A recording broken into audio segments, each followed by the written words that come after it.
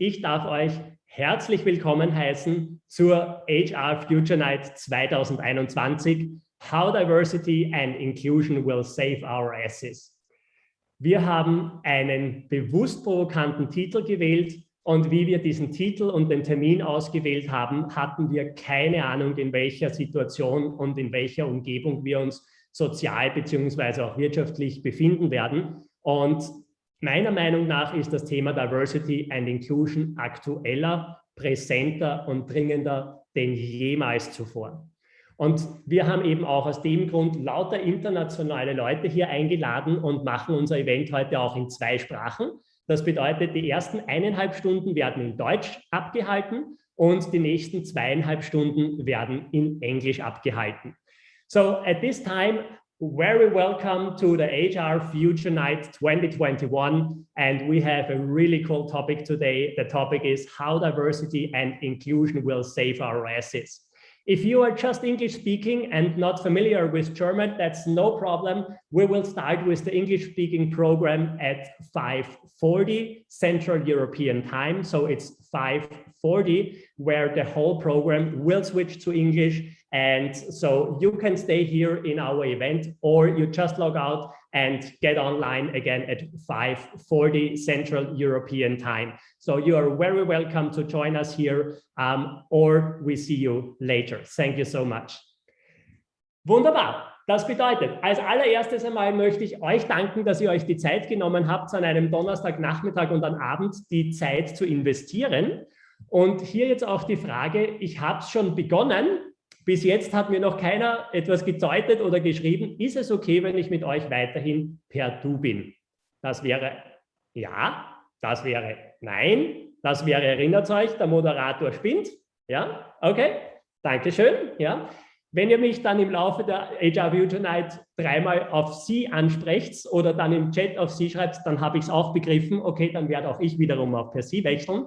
Aber ansonsten wollen wir doch bitte das respektvolle You, das respektvolle Du ganz einfach in den nächsten Stunden zelebrieren, weil gerade in der englischen Sprache gibt es ja zum Glück diese Differenzierung gar nicht zwischen Du und Sie. Und das ist einfach wunderbar. Ich möchte auch all unsere Speaker begrüßen, die schon online sind, und ich möchte mich wirklich von Herzen bei euch bedanken, weil eines muss euch klar sein, alle Speaker machen das Ganze umsonst. Kein Speaker bekommt für seinen Part heute Geld bezahlt. Und nur dadurch ist es uns möglich, dass wir euch kostenlos zu diesem Event hier einladen konnten. Das Einzige, worum wir eben ersuchen und worum wir gebeten haben, ist, dass wir ganz einfach eine freiwillige Spende für einen karitativen Zweck sammeln. Und wir arbeiten hier mit Krone Hit zusammen und wir werden eine österreichische Familie mit Kindern mit Behinderung in der Vorweihnachtszeit unterstützen. Das heißt, die gesamten Spendengelder, die heute gesammelt werden und im Vorhinein schon gesammelt worden sind, die fließen alle über Krone Hit, unseren Partner, an eine österreichische Familie mit Kindern mit Behinderung. Ihr findet jetzt gleich im Chat dann eben auch die Infos, beziehungsweise blenden wir es dann auch in den Folien eben ein, wohin ihr eure Donation eben schicken könnt. Das heißt, da könnt ihr dann eben ein bisschen etwas Gutes tun. Ganz besonders bedanken möchte ich mich auch bei Marco Scherbaum, dem europäischen Wirtschaftssenator für betriebliches Gesundheitsmanagement und für Gesundheitsförderung, denn er hat die Schirmherrschaft für unser Event übernommen. Und dann möchte ich noch, bevor wir jetzt mit dem allerersten Part loslegen, all unsere Partner begrüßen. In dem Fall gleich als erstes mal Virgin Pulse mit Bernhard Schlosser, die auch großartige Workshops haben. Parallel dazu, da sage ich euch dann nachher auch noch die genauen Uhrzeiten. Ihr findet Virgin Pulse dann auch in der Breakout Room Nummer 2. Da könnt ihr dann nachher selbstständig jederzeit hineinspringen. Dann möchte ich auch das Management-Institut Dr. Kitzmann GmbH und Co. KG herzlich begrüßen. Sie werden euch nachher ganz kurz eben auch vorstellen, was sie machen. Und dann möchte ich auch HotMe herzlich begrüßen und meinen Geschäftspartner Jeff Turi, der auch Geschäftsführer und Gründer von HotMe ist. An der Stelle ganz wesentlich auch in unserer Vorbereitung, ihr werdet es auf Social Media vielleicht schon gesehen haben, wir haben hier eine tolle Medienpartnerin an Bord, die freie Journalistin Nicole Thurn mit ihrem Blog New Work Stories. Herzlich willkommen und ein großes Dankeschön, dass ihr dieses Event mit uns gemeinsam möglich macht. Vielen Dank. Und An all jenen, die schon online sind, wollen wir euch ein großes Dankeschön eben mitgeben. Und zwar, wir wollen uns bei euch bedanken, indem wir euch etwas schenken.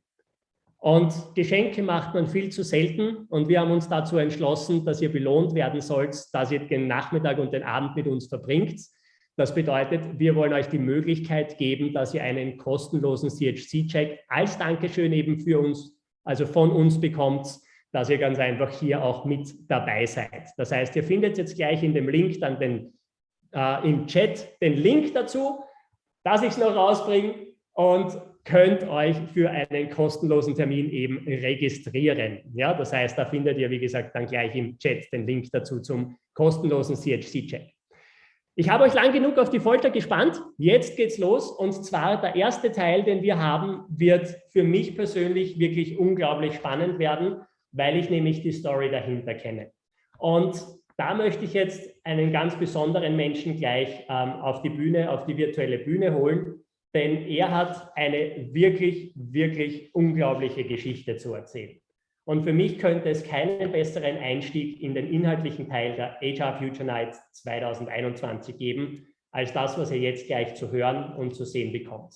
Ich habe es schon angekündigt, mir rennt immer die Gänsehaut auf, wenn ich nur daran denke, was er schon erlebt hat und was er vor allem daraus gemacht hat. Und deswegen möchte ich jetzt ganz herzlich zum ersten Part begrüßen, Invincible Differences, Stefan Thury, Geschäftsführer von Thury Communications. Herzlich willkommen, the stage is yours.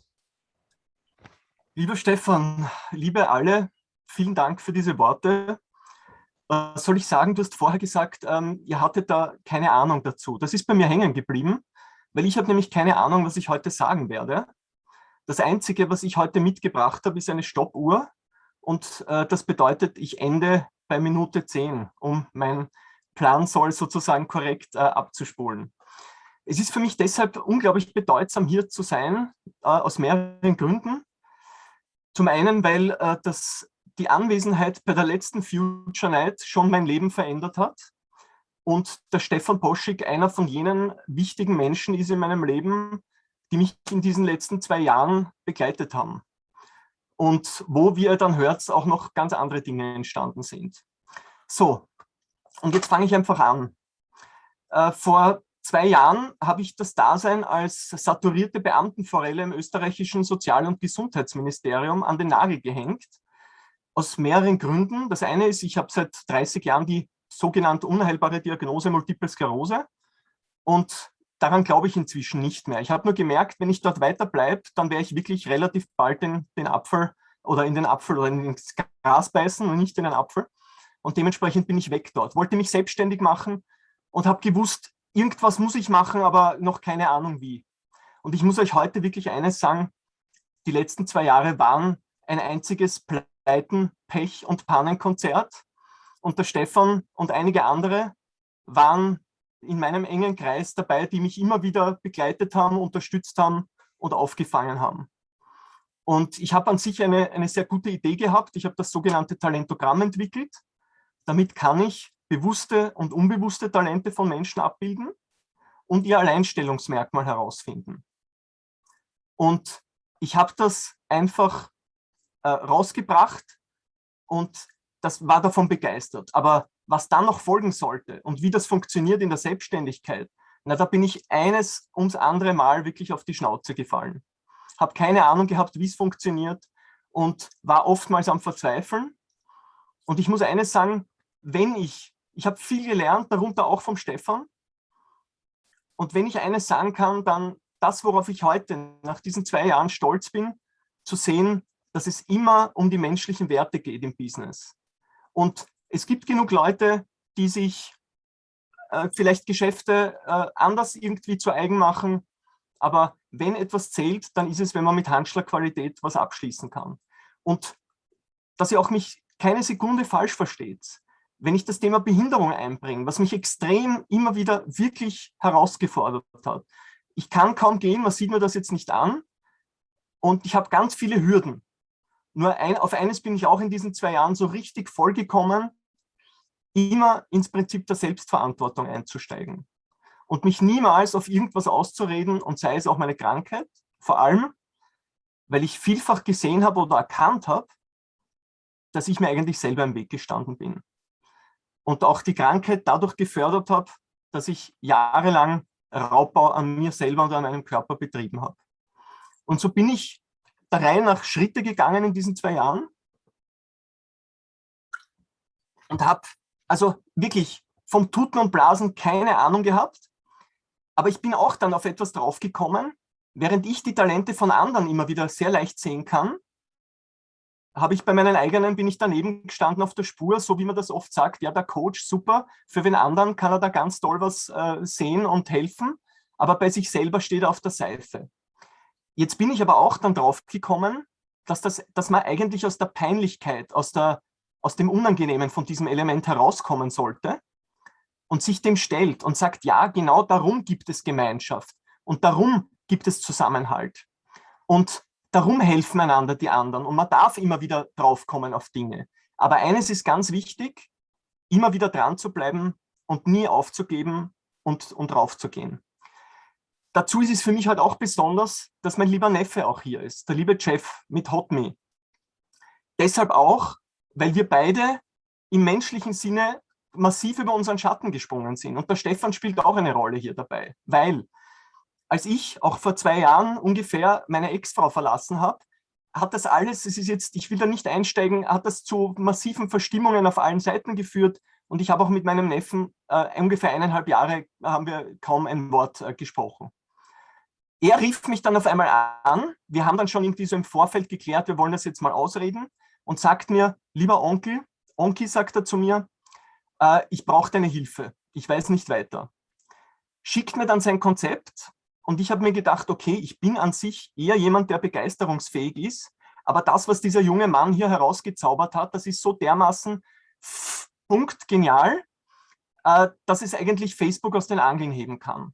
Und ich habe sofort an den Stefan Boschwig gedacht und gemacht, okay, er soll sich das anschauen, weil er greift auch nichts an, was ein Blödsinn ist. Und gut, so, dann lief das zusammen und das Ganze ist jetzt auf Schiene. Und das ist so bewegend, dass ich allein schon hier, obwohl meine ganzen Sachen damals noch überhaupt nicht zufriedenstellend liefen, hier eine Verbindung herstellen konnte für 2 geniale Menschen. Und da ist jetzt noch viel mehr entstanden. Und in dieser Zwischenzeit sind amerikanische Investoren mit an Bord. Und das ist der Hammer, wie Geschichten entstehen und wie geniale Ideen ins Leben kommen. Und ich möchte hier auch eine Frau herausstreichen, die für mich jetzt nicht mehr wegzudenken ist. Und das ist die Margarete Lutz. Hat mich begleitet in einer Zeit, wo es wirklich schwer war. Und hat in mir das gesehen, was ich selber noch nicht gesehen habe. Und wir arbeiten heute zusammen, sind gerade dabei, ein Business aufzubauen, die Potenzialunterschätzung. Und ich kann auch nur eines sagen, ja, jeder schaut immer irgendwie auf seinen Vorteil und muss das auch tun. Aber gestattet euch bitte, immer wieder auch zu wissen, dass wir alle in dem Moment, wo wir gerade etwas anschauen, immer nur durchs Schlüsselloch schauen. Und dass es sich auszahlt, noch einmal einen weiteren Blick zu machen. Und ohne diese weiteren Blicke wäre ich nicht da, wo ich heute bin.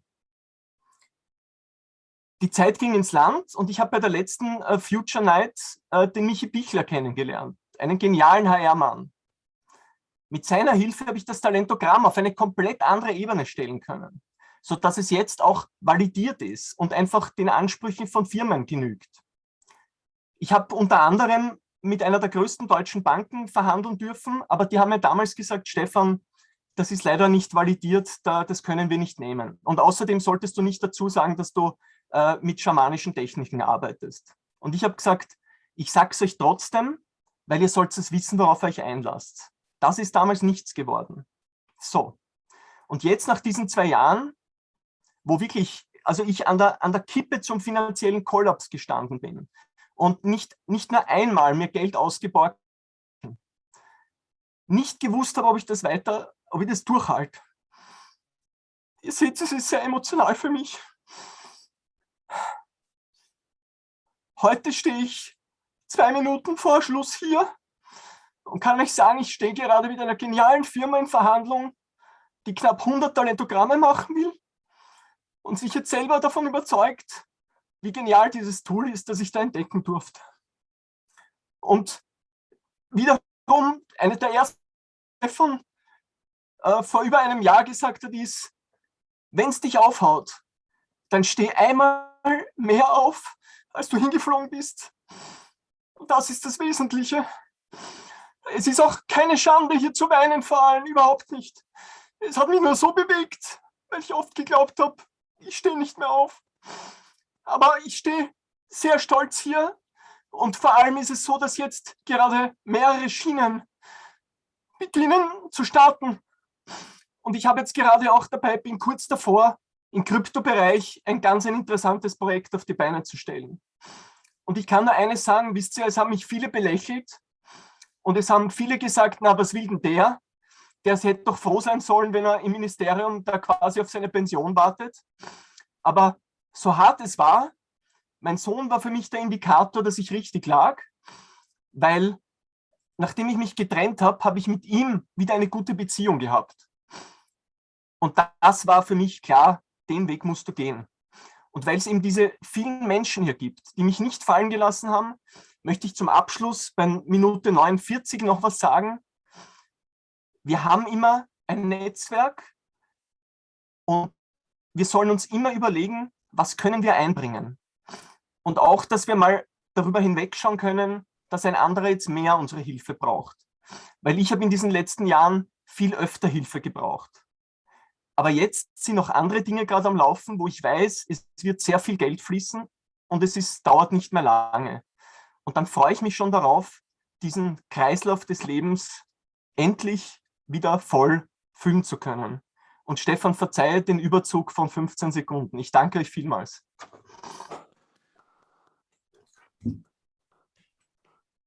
Stefan, vielen Dank. Ist das nicht unglaublich, wenn man den Stefan nur sieht, dann hat man keine Ahnung von seiner Geschichte. Aber wenn man dann hört, was er quasi hinter sich hat und dass er eben nie aufgibt und dass er sich nicht unterkriegen lässt, dann ist das etwas, was für mich einfach unglaublich und wunderbar ist.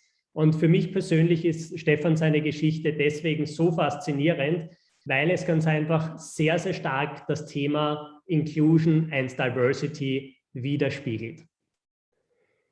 Wenn der Stefan sich von seiner Behinderung und von seiner körperlichen Konstitution und Situation, in der er drinnen ist, fertig machen lassen würde, dann könnte er das machen, aber es würde ihm selber nicht weiterhelfen.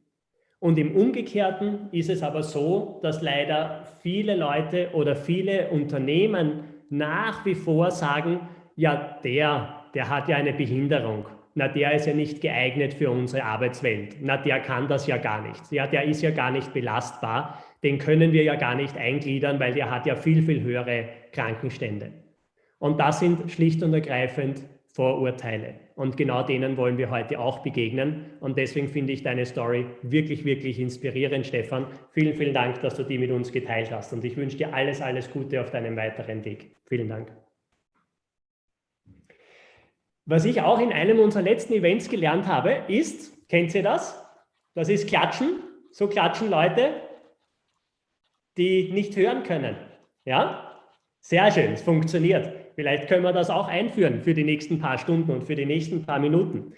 Das bedeutet, ich möchte euch hier wirklich nochmals dazu eben einladen, dass wir hier einfach auch für einen guten Zweck etwas machen, weil es haben sich insgesamt eben über 260 Personen angemeldet zu dem Event und es werden immer wiederum Leute dazukommen, ein paar Leute müssen wiederum gehen, ein paar Leute werden dazukommen. Das heißt, wir werden jetzt in den 4 Stunden mehrere hunderte Personen hier online eben haben. Wir haben, by the way, auch einen YouTube-Livestream laufen für dieses Event. Das heißt, auch hier schauen Leute zu, die Zoom zum Beispiel gar nicht nutzen dürfen. Und da möchte ich euch wirklich darum ersuchen, spenden wir doch gemeinsam ein bisschen was, legen wir was zusammen. Bei unserem letzten Event sind ein paar tausend Euro zusammengekommen und das Geld fließt wohin, wo ihr heute noch seht, wo das Geld hingeht. Das bedeutet, wir sind hier 100% transparent. Wir haben heute auch die Firma eingeladen, die das Spendengeld unseres letzten Events bekommen hat, nämlich Chamba, und die haben auch was Großartiges gemacht und dazu noch später etwas. Das bedeutet, nutzt die Möglichkeit. Wir werden das jetzt dann nachher nochmal einblenden und ihr könnt dann euch einen Screenshot machen, ihr könnt einfach das abscannen und wir haben ein extra PayPal-Konto eingerichtet, dass auch unsere internationalen Gäste am einfachsten eben eine kleine Spende machen können. Jeder Euro zählt, da wird 1:1 weitergegeben. Also vielen, vielen Dank. Ja? Und bevor wir jetzt zu unserer nächsten Speakerin kommen und ich sehe schon, wie sie sich eingroovt, ich sehe schon am Video, weil das kenne ich schon von unseren Interviews, die wir im Vorfeld gemacht haben, freue ich mich jetzt ganz, ganz besonders, dass ich eine unglaubliche Powerfrau begrüßen darf. Sie hat für mich Dinge ganz einfach auf die Welt gebracht oder quasi geschafft, wo viele Leute ganz einfach gar nicht mal über gewisse Hürden drüber gekommen wären, die sie zu nehmen hatte.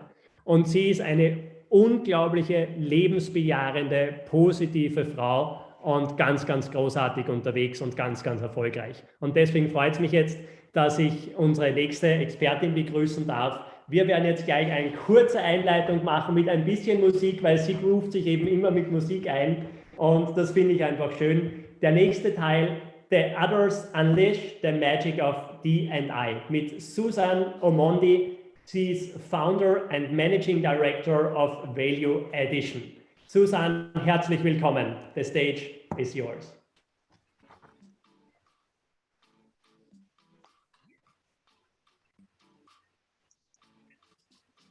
Melissa, ich warte auf dich.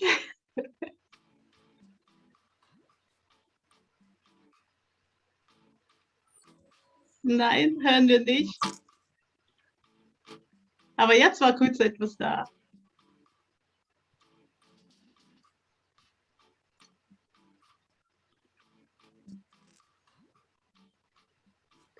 Ansonsten, Susanne, darf ich dich bitten, vielleicht einfach mal zu beginnen? Wir liefern das Lied nach. Das wäre großartig.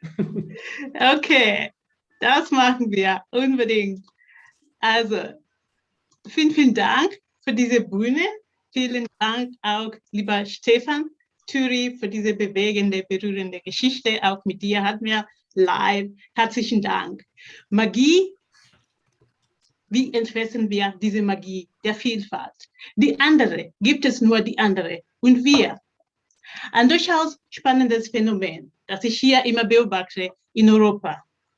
Einerseits die Bereitschaft, Spende zu schicken nach Afrika, auf der anderen Seite die Zurückhaltung, wenn es darum geht, Jobs zu vergeben oder Wohnungen. Wie erklärt sich das? Ich bin der Meinung, dass Großartige nur entsteht, wenn wir Leute nur noch mehr zutrauen in ihrer Einzigkeit, egal welche Merkmale sie aus unserer Sicht haben. Diversity oder Vielfalt hat viele Gesichter. Heute nehme ich dich auf die Reise und ich habe für dich sogar einen prozessorientierten Ansatz. Herr Erler liebt Prozesse, ich hoffe zumindest. Ich liebe auch Prozesse. Aber lass mich vorher eine kurze Geschichte erzählen. Im April 1975, als die Wehen einsetzten, sagt mir meine Mutter immer, war sie alleine mit meiner Großmutter. Als diese sah, dass schon wieder ein Mädchen zur Welt kommt, ein 6. Mädchen hintereinander, war sie wütend. Und das zeigte sie nicht nur mit den Worten, sondern auch mit den Händen. Mein Name ist Susan Omondi und so begann mein ganz normales Leben an. Ich weiß nicht, wie deins begonnen hat. Liebe, ja, trotzdem. In einer Umgebung voller Hoffnung und Freude, ja, trotzdem. Und in einer Umgebung voller Träume. Ich träumte davon, Politikerin zu werden, um etwas zu beeinflussen. Ich träumte davon, Pilotin zu sein, um die Welt zu sehen. Und doch ab und zu mehrere Tage hintereinander ohne Essen war keine Seltenheit. Und wir sagten uns, arbeite hart, damit deine Kinder nicht bei den Nachbarn Fernsehen. Arbeite hart, damit deine Kinder nicht bei den Nachbarn Fernsehen. An dieser Stelle bestätige ich die Theorie, dass ohne Fernseher viele Kinder. Wir waren viele. Irgendwann sollte ich zur Highschool. Zu dumm, dass im selben Jahr meine Eltern sich trennten. Meine Mutter war lange krank Und mein Vater hieß es, wird jetzt wohnen mit meiner Stiefmutter in Nairobi. Das waren 500 Kilometer weg von uns. Meine einzige Sorge, ob meine Mutter dieses Schulgeld schaffen wird, weil in Kenia kostet Highschool und so weiter viel Geld, ob sie es schaffen wird, damit ich meine Träume weiterverfolgen kann. Ja, das schaffte sie, aber nur für 3 Monate, ein Trimester. Am Ende war ich fast 3 Jahre lang nicht in der Schule. Und das war die Zeit, wo ich der schönste Junge war. Du fragst dich, warum? Ich habe alle meine Weiblichkeiten versteckt, weil die besten Angebote klangen so, sei meine Frau und ich zahle dir Schulgeld. Sei meine Frau und ich zahle dir Schulgeld. Ich weiß nicht, ob du das Angebot angenommen hättest. Und jetzt stell es dir vor, man hätte auch noch keinen Fernseher. Gefährlich. Bis eine Schwester von mir, die bereits ausgezogen ist, zurückkam und dann meine Mutter sagte, es kann nicht sein, dass diese klugen Kinder daheim sind und wir haben einen Vater. Denn in der Zwischenzeit war meine Schwester, die 1 Jahr älter war als ich, auch daheim. Es kann nicht sein. Also wir brauchen nur diese Zusagen von meiner Mutter. Sie sagte ja. Und dort gab es etwas, was uns zurückgehalten haben. Oder mich persönlich. Jetzt fragst du dich, was? Was ziehe ich an? Was ziehe ich an? Das war das Projekt meines Lebens. Ist es nicht schön, dass diese Frage uns beschäftigt, ob wir Geld haben oder nicht? Also ich finde manche Sachen ganz spannend. Was ziehe ich an? Irgendwann habe ich dann gemerkt, natürlich, wir haben auch Nachbarn, die haben mir dann ausgeholfen mit Klamotten. Du kannst dir vorstellen, wenn man nicht viel zum Essen hat, gibt es auch nicht schicke Klamotten. Aber auch schicke Schuhe mussten her, die habe ich mir ausgeliehen. Und immer wenn ich diese Geschichte erzähle und mir überlege, wie ich das hier in Deutschland machen würde, von den Nachbarn Schuhe auszuleihen, das wird nicht funktionieren. Zumindest glaube ich das. Als wir ankamen, sagte mein Vater, meine Kinder. Damals habe ich diesen Ton nicht zu schätzen gewusst, erst Jahre später. Ich erkannte aber etwas. Ein Streit zwischen 2 Menschen ist nicht mein Streit. Ein Streit zwischen 2 Menschen ist nicht dein Streit. Du kannst sogar die Brücke sein. Du kannst die Brücke sein. Irgendwann kam ich nach Deutschland und habe dann gedacht, jetzt geht es richtig los. Jetzt zählt nur noch die Leistung, wie fleißig ich bin, wie neugierig ich bin, dann wird es klappen. Ich habe studiert, viel auch nebenbei gearbeitet mit einem Kind. Als ich fertig war, habe ich dann auch eine Auszeichnung bekommen als die beste ausländische Studentin. Das heißt, ich war in der Zeitung. Meine Professorin sagten, jetzt wird er das Türen eröffnen. Ich war mutig. Ich habe mich beworben und irgendwann bekam ich ein Interview. Und der Mensch hatte sogar den Zeitungsausschnitt bei sich. Und nach einer Stunde, gefühlt eine Stunde, wir haben gut geredet und ich hatte das Gefühl, es klappt. Und dann sagt er mir, Frau Omondi, es klappt alles, aber wir können Sie nicht nehmen. Warum? Weil unser Kunde Sie nicht akzeptieren würde. Meine Kinder, jetzt gerade 12, würden sagen, immerhin sagt er die Wahrheit. Vielleicht. Es ist gut, wenn man die Wahrheit sagt, dann weiß man, woran man ist. Die Frage ist aber nur, auch ihr seid HRler, wozu braucht man dann 1 Stunde? Dass ich nicht aus Deutschland komme, seine Kunde kannte er bereits, warum dann einladen? Das fand ich doch nicht so fair. Irgendwann hatte ich es auch satt, in einer Studenten-WG zu wohnen. So habe ich mich beworben, so hieß es, also man mag das wirklich, beworben für eine Wohnung. Und auch dort, nach der Besichtigung, war ich sicher, es wird klappen. Ich war ganz sicher, es wird klappen. Und dort rief der Vermieter an und sagte ab. Und in der Zwischenzeit habe ich natürlich mitbekommen, dass viele Hemmungen haben, wenn es darum geht, Wohnungen zu vergeben. Ich nahm all meinen Mut zusammen. Damals war das Telefonieren nicht so leicht wie jetzt. Und ich rief ihn an und fragte, warum sagen Sie ab? Er schwieg. Ich kam ihm entgegen und fragte, warum? Ist es, weil ich nicht aus Deutschland komme? Dann sagt er, wissen Sie, Frau Mondi, mit solchen Menschen wie Ihnen haben wir schlechte Erfahrungen. Ich ließ das aber nicht lange wirken. Ich sagte nur, geben Sie mir eine Chance, geben Sie mir eine Chance. Er gab sie mir. Und die Geschichte berührt mich immer noch, weil ich dann erkannte, auch wir in der Minderheit können den ersten Schritt machen. Wer macht den ersten Schritt? Ich habe ihn verstanden. Und am Ende sagte er auch noch, Frau Omondi, schade, Sie waren meine beste Mieterin. Und das ist dieselbe Person, die gesagt hat, mit solchen Leuten wie Ihnen haben wir schlechte Erfahrungen. Und das war für mich ein Perspektivenwechsel und für ihn auch. Auch jetzt gerade als Vermieterin verstehe ich ihn noch besser. Leute haben Angst, aus welchen Gründen auch immer. Ohne Dialoge können wir das nicht herausfinden. Natürlich habe ich auch mitbekommen, dass es Entwicklungsgelder gibt, die auch nach Kenia geschickt werden. Ich selbst habe das in kleinem Format gemacht, denn ich habe gesehen, wie meine Mutter nur ein Kleid hatte, das Kleid immer gewaschen hat in der Nacht und am Morgen war das Kleid wieder sauber, damit sie es anziehen kann. Und ich wollte ihren Standard abheben. Was ich aber vergaß, war, dass die Freunde, Verwandte und Nachbarn zu ihr kamen und sagten, aber deine Tochter ist ja in Deutschland, hilf uns bitte. Also ich habe bisher nicht gesehen, dass es Geld regnet hier. Wenn du das siehst, ruf mich bitte an. Und das ist eben das Mindset, was sie dann haben, was sich da erzeugt haben. Kinder sind aufgewachsen mit dem Wissen, Tante Susan ist da. Ich habe es in kleinem Format gemacht. 20 Jahre lang, bis ein Freund, ein Kollege von mir sagte, Susan, sie überleben ohne dich. Und er hatte recht. Denn in der Zeit hatte ich das Gefühl, ich arbeite nur für Kenia und für das Finanzamt.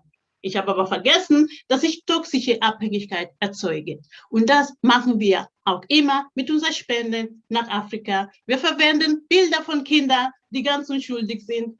Und wir übersehen ihre Rechte. Selbst eine Bloggerin hat geschrieben aus Schweden, selbst diese armen Kinder haben Recht auf Respekt, Menschenwürde und so weiter. Wir würden nie unsere Kinder verwenden, um Gelder zu sagen. Warum dann solche Sachen dann unterstützen?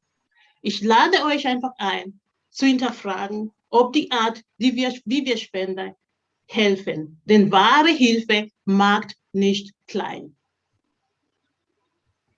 Lösungsansatz wäre hier Kollaborationen, Wissensaustausch. Es gibt viele, viele Modelle mittlerweile. Oder auch Hilfe hier innerhalb Europas. Natürlich als QMlerin habe ich auch mich hinterfragt, woher kommen diese Ursachen? Es ist ein Teufelskreis. Zum einen Klassifizierung von Ländern, Entwicklungsländer, Drittweltländer, das klingt schon mal ganz komisch. Wenn ich sage, du kommst aus einem Drittweltland, da ist schon eine Distanz. Dann Entwicklungshilfe, ohne zu überlegen, ob wir wirklich jemandem helfen. Und natürlich Mindset von Menschen in Afrika, es regnet Geld hier. Und Mindset von Leuten hier, die teilweise uns sagen, wenn wir laufen, unschuldig, diese Straße haben wir mit unseren Steuergeldern bezahlt. Das Einzige, was mir da nie einfiel, ist zu sagen, hey, wahrscheinlich ist mein Steueranteil größer als dein Gehalt. Das merke ich dann immer später. So schlagfertig bin ich nicht. Es ist ein Teufelskreis, aber den können wir durchbrechen. Ich habe für dich hier ein paar Schritte, ein paar Tipps. Machen wir mal einen Einflug zum Thema Ethik, weil im Moment beschäftige ich mich sehr mit Ethik im Design und in der Technologie. Und aus meiner Sicht ist es sehr, sehr gut, wenn wir uns damit beschäftigen, damit wir eben the real impact of diversity und inclusion machen. Also viele Leute rollen mit ihren Augen, wenn von Ethik die Rede ist, aber gib mir bitte eine Chance, ich erkläre, worum es hier geht.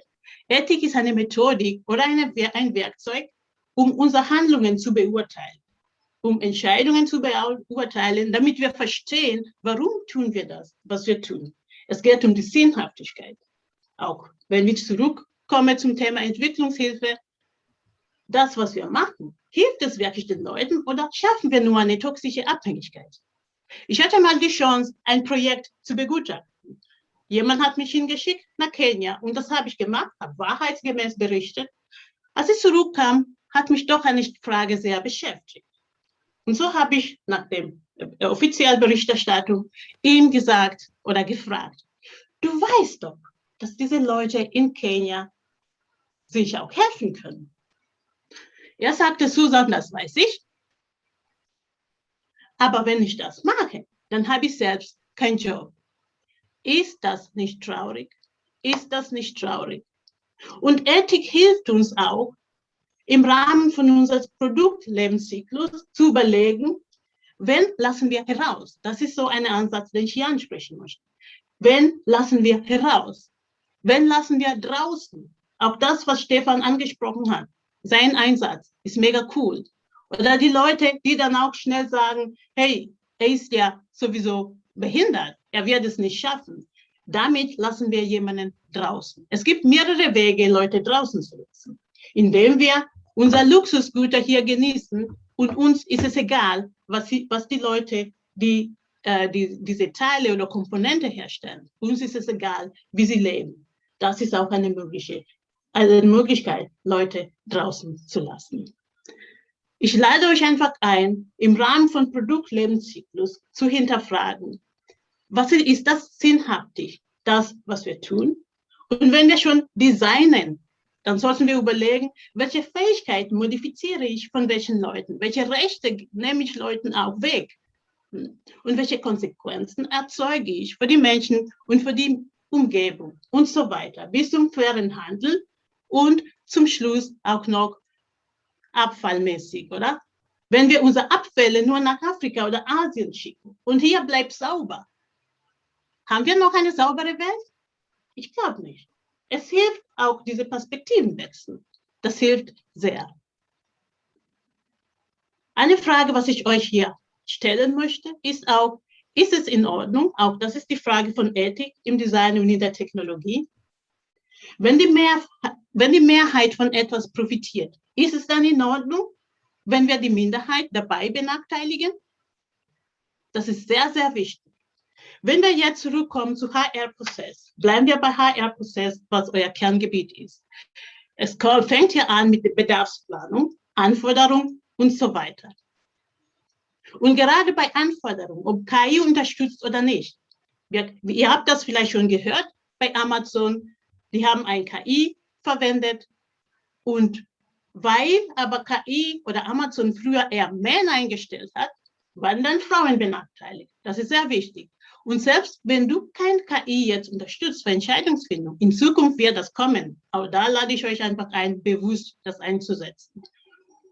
Und selbst wenn du keine KI verwendest, hier geht es darum, dass du deine Anforderungen überprüfst und nicht die Leute schon von vornherein sagst oder signalisierst, hier bist du nicht willkommen.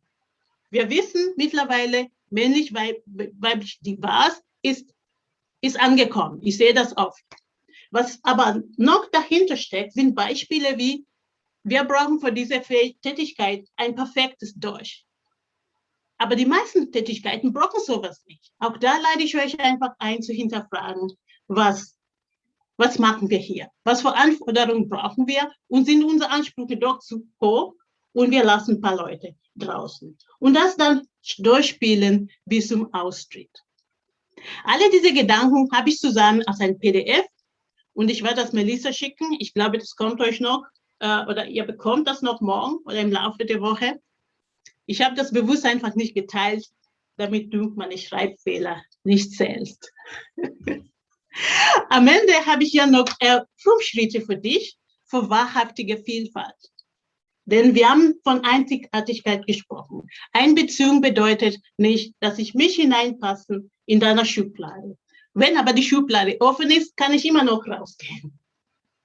Einbeziehung ist auch nicht einseitig. Es ist keine Einbahnstraße. Es braucht uns beide. Die 5 Schritte zur wahrhaftigen Vielfalt. Zunächst mal überlegt dir und dein Team, was bedeutet die Diversity für dich und Einbeziehung. Hast du eine Strategie? Wenn wir schon Marketingstrategie haben und Verkaufsstrategie und Unternehmensstrategie. Warum dann auch nicht Diversity-Strategie? Und wer ist im Team? Ohne diverses Team geht es nicht und Diversität hat viele Gesichter. Und nicht verallgemeinern. Wenn mir dieses Thema wichtig ist und deshalb ich hier stehe, sind vielleicht andere Kenianer gut in was anderem oder in der Konstruktion oder Entwicklung. Auch das ist sehr wichtig zu unterscheiden. Werte im Team dann definieren und klären. Ohne Werteklärung geht es nicht. Gerade in Ethik heißt es auch, wenn ich fair bin, wie zeige ich das auch in meinen Produkten? Und so weiter. Das heißt, das ganze Team sollte einfach verstehen, was bedeutet Fairness für uns und Erwartungen klären. Im dritten Schritt dann Ethik oder ähnliche Tools einführen, damit wir das systematisch immer wieder ansprechen. Ja, auch bei der Einstellung von Personalentwicklung oder in unserem Produktlebenszyklus. Im vierten Schritt den richtigen Rahmen schaffen. Ich sagte bereits, Selbstverantwortung braucht Bühne, wir brauchen Dialoge, wir brauchen Safe Rooms, sodass auch wenn jemand wirklich gekränkt ist, dass diese Person auch zugehört wird und Hilfe bekommt. Aber nicht die Hilfe, die klein macht. Und zum Schluss, weil wir nicht perfekt sind, zum Glück, braucht es Selbstreflexion und Perspektivenwechsel. Perspektivenwechsel ist eine schwierige Sache, schreibt auch Rolf Droblin, glaube ich, ein Schweizer. Und er lädt ein, dass man einfach Geschichte zuhört, Bühne schaffen wie diese, wo wir dann Geschichte hören und uns mal darauf einlassen, was es kommt. Das ist sehr, sehr wichtig. Ich glaube, mit diesen 5 Schritten, die kannst du anpassen, wie du möchtest, kommen wir wirklich ein Stück weiter. Und ja, nicht sagen, wenn die Politik das machen würde, wenn mein Chef nicht so faul wäre, wenn meine Mitarbeitenden zuhören würden, wäre die Welt besser. Nein. Hier möchte ich gerne meinen Lieblingsautor zitieren, Stephen Covey, leider schon tot. Wenn du denkst, das Problem ist woanders, dann ist das genau das Problem. Ich bin der Meinung, wir schaffen das, alle gemeinsam. Wir schaffen das, wir machen andere nicht klein, sondern wir involvieren sie und fragen, was ist dir wichtig? Ja? Und nicht alle bringen die gleiche Geschichte, nämlich wir sind alle einzigartig. Wir setzen auf Vertrauen, auf Einzigartigkeit, auf die Macht der Wahl und auf die Dialoge. Und deshalb sage ich immer, und das ist mein Leitsatz, wenn wir uns aufeinander einlassen, passiert Magie. Wenn wir uns aufeinander einlassen, passiert was? Magie. Und spätestens dann, wenn meine Nachbarin mir sagt, Susan, bring deine Kinder nicht zu dem Kindergarten, da gibt es so viele Ausländer, schüttle ich nur den Kopf und denke, irgendwann vergisst man doch, dass ich Ausländerin bin. Spätestens dann, wenn meine Tochter mir sagt, Mama, die Einzige, die hier nicht die Hände gewaschen hat, bist du, denn das kann ich nicht nachweisen. Und spätestens dann, wenn mein Mann mir sagt, Susan, jetzt ist es passiert. Und ich so, ja, was? Er guckt mich, meine Füße, jetzt ist es passiert. Und ich so, ja, was? Du bist integriert. Und ich überlege noch, wie kommt er jetzt darauf? Ja, du hast Socken und Sandalen an. Spätestens dann wirst du wissen, dass diese Magie auch mit Humor zu entfesseln ist. Vielen Dank.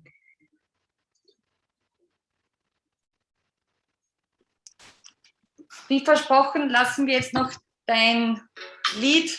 Kann man es jetzt hören? Ja. Okay.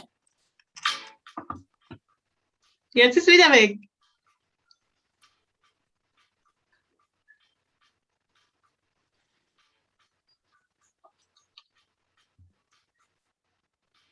Ist nicht wild.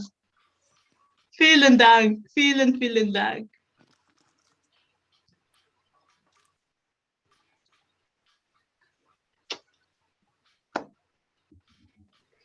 Susanne, vielen Dank für deine unglaublich inspirierende Story und vor allem auch, dass du einfach den Mut hast, so aus dir herauszugehen und einfach deine Geschichte hier auch zu erzählen. Ich finde das wirklich, wirklich großartig, denn ich bin wirklich der Meinung, dass niemand auf dieser Welt sich verstecken müsste vor seiner Herkunft, für seine Story, für seine Geschichte oder schon gar nicht für die ganzen Hürden und Hindernisse, die er ganz einfach zu überwinden hatte. Und was mir ganz besonders jetzt in Erinnerung geblieben ist, ist eine Aussage, die du getätigt hast aus deiner Jugend, wo du gesagt hast, hättet ihr dieses Angebot angenommen, werde meine Frau, dafür kriegst du das Schulgeld. Und das ist ein Thema, wo ich glaube, glaube viele Menschen ganz einfach selber einmal sich fragen könnten, wie hätten sie denn in dieser Situation gehandelt und wie wäre es ihnen denn gegangen? Hättet ihr den Chicken Way genommen, die einfache Lösung, den einfachen Weg genommen? Oder wärt ihr stark geblieben wie Susanne und hättet ihr den schweren, aber definitiv besseren und erfolgreicheren Weg genommen? Und das finde ich wirklich, wirklich großartig. Und deswegen herzliche Gratulation zu all dem, was du schon geschafft hast und was du in deinem Leben alles erreicht hast. Ich danke euch. Gut, wir kommen in Windeseile zu den nächsten Punkten. Und bevor wir jetzt zu den nächsten Punkt eben kommen, möchte ich euch auch noch etwas als Information mitgeben. Wir beschäftigen uns hier jetzt den ganzen heutigen Nachmittag mit dem Thema Diversity and Inclusion. Und ein wesentlicher Punkt aus meiner persönlichen Sicht ist einfach, wie gehe ich mit anderen Menschen um? Wie behandle ich andere Menschen? Wie kommuniziere ich mit anderen Menschen? Oder wie ist ganz einfach auch meine Anerkennung und meine Wertschätzung anderen Menschen gegenüber? Und je nachdem, in welchem Land ihr gerade unterwegs seid, gibt es ganz einfach jetzt stärkere oder nicht so starke Maßnahmen gerade von Regierungsseite, wo eure Mitarbeiter womöglich wiederum ins Homeoffice geschickt werden, wo die Kollegen vielleicht in Quarantäne sitzen müssen oder wo ganz einfach wiederum viele gesundheitliche oder ganz einfach berufliche Herausforderungen sind. Und da wollen wir euch dazu einladen. Wir haben Ende des Monats einen sogenannten digitalen Mitarbeitertag mit einer digitalen Mitarbeiterwoche auf die Beine gestellt.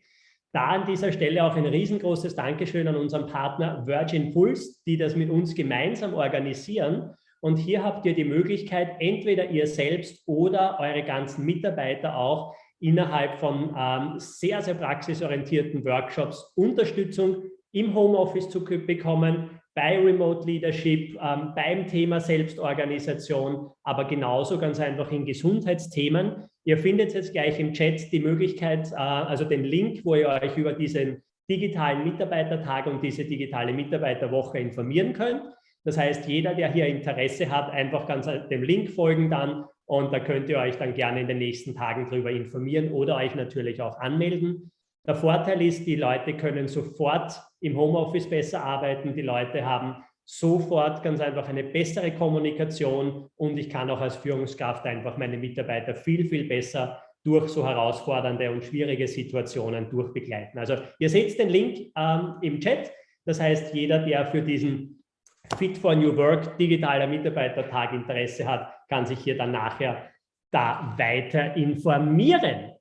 Ja, vielen, vielen Dank nochmal, Susanne, und ich freue mich, dass ich dich jetzt auch in der nächsten Runde wieder mit dabei habe. Und wir kommen jetzt zu einem sehr, sehr spannenden Punkt, nämlich wir kommen jetzt als nächstes zu unserer Panel Discussion. Und die Panel Discussion ist für mich immer etwas ganz Besonderes. Warum? Weil es super, super abwechslungsreich ist und weil ganz einfach unterschiedlichste Perspektiven gehört werden können und unterschiedlichste Ansichten gehört werden können. Und das ist mir persönlich einfach unglaublich wichtig. Und deswegen werde ich jetzt gleich alle Sprecher zuerst einmal namentlich aufrufen. Wir werden sie dann auch pinnen, dass ihr sie eben alle bei euch am Bildschirm eben habt.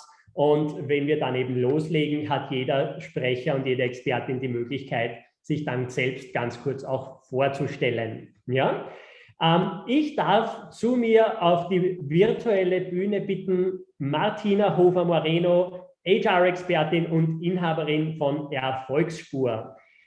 Die Bettina Hillebrand, Head of My Ability Recruiting Products bei My Ability. Und dann natürlich wieder Susan Omondi, Trainerin, Auditor und Founder von Value Addition.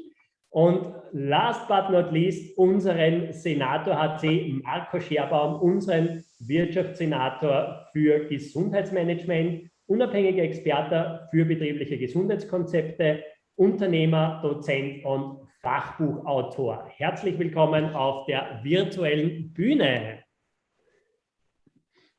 Hallo zusammen. So, ich darf euch der Reihe nach einmal bitten, dass ihr euch selbst ganz kurz vorstellt. Martina, darf ich vielleicht mal mit dir beginnen? Martina Hofer-Moreno. Vielen Dank, Stefan. Danke für die Einladung und Chapeau an Susanne und deinen Namensvetter Stefan. Tolle Impulse. Das hat mich erinnert an meine sozusagen, ich nenne es jetzt mittlerweile das Glück, ja, in eine internationale Familie hineingeboren zu werden. Das kann man sich ja bekanntlich nicht aussuchen. Und von daher begleitet mich dieses Diversitätsthema eben schon seit immer. Weit vor dem beruflichen oder dem schulischen Einstieg hatte ich dann Berührungspunkte im Sport, dazu vielleicht etwas später. Ich bin dann auch im Leistungssport gelandet und habe dann also Diversität nicht nur in offensichtlichen, zum Beispiel mit unterschiedlichen Kolleginnen und Kollegen aus unterschiedlichen Ländern kennengelernt, sondern auch was die Fachbereiche betrifft, durfte dann, das ist jetzt auch, glaube ich, 2003 war das, bei einem Projekt mitwirken, das nannte sich Equal, gleiche Chancen im Betrieb. Damals, als wir versucht haben, eine Verlängerung zu lukrieren, haben alle gesagt, vergesst, das Thema ist vorbei, jeder kennt sich aus. Naja, fast forward 2021 gibt es noch mehr als genug zu tun. Vom Schwerpunkt her war ich viele Jahre eben in Konzernen, in NGOs, querbeet in HR-Themen unterwegs und habe 2013 mein eigenes Unternehmen gegründet, Erfolgsspur, dort den Fokus auf HR und Digitalisierung. In einer Nutshell, warum? Auch um eben Diversität zu fördern, das heißt Brückenbau einzusetzen, ja, über die Generationen, über, ich sag, Abilities, Special Abilities der Menschen hinweg. Und Stichwort Joint Generations, das ist eine Initiative, die mir sehr am Herzen liegt. Dank Dr. Jan Klubi darf ich da auch mitwirken, weil das ist ein Thema, das habe ich auch bei Stefan und Susanne nachgedacht. Ich möchte mir jetzt nicht anmaßen, über jemanden anderen zu werten oder mir zu denken, aha, der oder die hat das so gemacht. Ich glaube, was uns alle verbindet, like it or not, wir durchwandern alle die Altersgruppen und da ist es auch ganz spannend und da bin ich wieder auch bei Susan oder auch bei Stefan mit seinen Potenzialanalysen, wenn ich das jetzt so nennen darf. Trotzdem wir vielleicht eine Gemeinsamkeit durch eine Altersgruppe haben, da ist die Unterschiedlichkeit extrem. Also in diesem Fall finde ich auch, zeigt sich, dass wir alle sehr individuell sind, Gott sei Dank. Und ich freue mich eben auf die gemeinsamen Themen, die wir entdecken, aber auch die individuellen Standpunkte und Lösungen. Also danke nochmal für die Einladung und ich freue mich auf den Austausch mit allen, die da sind. Vielen Dank, Martina. Vielen Dank. Bettina, du bist die Nächste. Schönen guten Abend. Freut mich sehr, dass ich hier sein darf. Mein Name ist Bettina Hillebrand. Ich arbeite, wie schon vorher erwähnt, für MyAbility. Und die Diversitätsdimension, mit der ich mich hauptsächlich beruflich befasse, ist das Thema Menschen mit Behinderungen und hier auch ganz speziell der Konnex zur Wirtschaft, also wie Menschen mit Behinderungen am Arbeitsmarkt, in den Unternehmen ihr Potenzial voll abrufen können und wie die Unternehmen auf der anderen Seite von diesem Potenzial auch voll profitieren können. Bevor ich bei MyAbility gestartet habe, durfte ich einige Jahre lang für das Unternehmen Specialisterne arbeiten. Das ist ein schwieriges Wort, ein dänisches Unternehmen. Specialisterne heißt die Spezialisten und da habe ich mich ganz speziell mit Menschen aus dem Autismus-Spektrum, also mit der Dimension Neurodiversität beschäftigt und hier auch eine der vielen unsichtbaren Behinderungen begleiten dürfen. Das heißt, wenn wir von Menschen mit Behinderungen sprechen, dann sind 70% dieser Menschen nicht sichtbar für uns, weil sie keine sichtbare Behinderung haben. Und deshalb sage ich, beruflich befasse ich mich erst seit einigen Jahren mit diesem Thema, aber in Wahrheit haben wir ständig und immer Kontakt mit Menschen mit Behinderungen und was mir ganz wichtig ist, auch zu bedenken, dass wir ja in einer alternden Gesellschaft sind. Das heißt, wir alle werden zu einem gewissen Zeitpunkt, wenn wir alt genug werden dürfen, auch selbst die Erfahrung machen, wie es ist, mit einer Behinderung oder chronischen Erkrankung zu leben. Und das ist so mein Aspekt, den ich heute einbringen darf. Und da freue ich mich schon sehr drauf. Vielen, vielen Dank, Bettina. Schön, dass du da bist. Susanne, möchtest du noch etwas zu dir sagen? Nur ganz kurz, herzlichen Dank auch für eure Worte, unglaublich, diese Bühne. Ja, ich habe 3 Kinder und wie ihr gemerkt habt, ich finde Diversity Inclusion, das fängt daheim an. Wir Eltern können eine Menge machen und das fängt nicht erst an, wenn wir feststellen, dass Gehälter zwischen Frauen und Männern unterschiedlich sind. Also das ist mir ein Anliegen und aus dem Grund poste ich und schreibe auch gerne. Sonntags geht es immer um Vielfalt, Diversity aus meiner Geschichte, was wir daraus lernen können. Vielen, vielen Dank. Ansonsten bin ich Auditorin, Trainerin und so weiter. Das ist großartig, Susanne. Vielen, vielen Dank. Ja? Marco, bitteschön. Ja, wunderschönen guten Tag aus Würzburg, Deutschland, ja, in die Republik und in die anderen Länder, Österreich, Schweiz, Amerika, wo Sie alle auch herkommen. Ja, schön, dass Sie dabei sind und herzlichen Dank, lieber Stefan, dass ich auch wieder, wie im vergangenen Jahr, die Schirmherrschaft für die HR Future Night übernehmen darf. Es ist mir eine Ehre und es ist eine ganz, ganz tolle Plattform, die du hier schaffst für alle Unternehmer oder auch für sämtliche Akteure. Das Thema Diversität, Inklusion, gigantisches, hochaktuelles Thema. Auch das Thema Gesundheit und Nachhaltigkeit. Also wir haben hier in diesem Format ja letztendlich die Megatrends, die uns als Unternehmer extrem beschäftigen. Wir haben ganz, ganz viele personalpolitische Herausforderungen und es ist nicht nur der demografische Wandel und dass wir Menschen Gott sei Dank immer älter werden, aus Unternehmenssicht leider dann aber auch immer kränker. Also die Krankenstände umsorgen ganz, ganz extrem die Unternehmen. Und es freut mich, dass ich mit meiner Expertise auch das Format unterstützen darf. Für die, die mich noch nicht kennen, wobei ich sehe ganz viele bekannte Gesichter. Es freut mich, dass viele auch dieses Jahr wieder mit dabei sind als Teilnehmer. Ja, ich bin Marco Scherbaum, ich bin Gründer und Geschäftsführer von Health for All. Wir haben uns spezialisiert auf betriebliche Gesundheitskonzepte. Was heißt das konkret? Wir haben, zumindest wie in Deutschland, die gesetzliche Krankenversicherung als Grundversorgung für Arbeitnehmer. Und nur ein gewisser Anteil an Personen können in die private Vollversicherung. Ist einkommensabhängig, aber auch abhängig vom persönlichen Gesundheitszustand. Und da sind wir jetzt schon beim Thema Diversität. Leider werden in Deutschland viele Menschen von der Vollversicherung, von der privaten Versicherung ausgeschlossen, weil sie schon Vorerkrankungen haben oder gewisse Einkommensgrenzen nicht erreichen. Und das ist fatal, weil somit hat nämlich das Gros der Belegschaften nur eine Grundversorgung. Und ich glaube, die Pandemie zeigt gerade aktuell ganz, ganz extrem, welchen immensen Einfluss auch die Qualität der Gesundheitsversorgung auf den Produktionserfolg nimmt. Und ja, da habe ich auch ein paar Impulse dabei, aber da werden wir sicherlich gleich im Rahmen der Diskussionsrunde uns austauschen. Ich möchte da jetzt gar keinen Monolog drüber halten. Und ja, als zweiten Hut habe ich die Ehre, ich darf im Europäischen Wirtschaftssenat als Wirtschaftssenator den Bereich, den Ressort Corporate Health auf Europaebene begleiten. Das heißt, als Senator stehe ich insbesondere den Entscheidungsträgern der Politik beratend zur Verfügung. Ja, und das heißt, Rahmenbedingungen schaffen für die Gesetzgebung und Rahmenbedingungen letztendlich für Sie alle, auch als Unternehmer.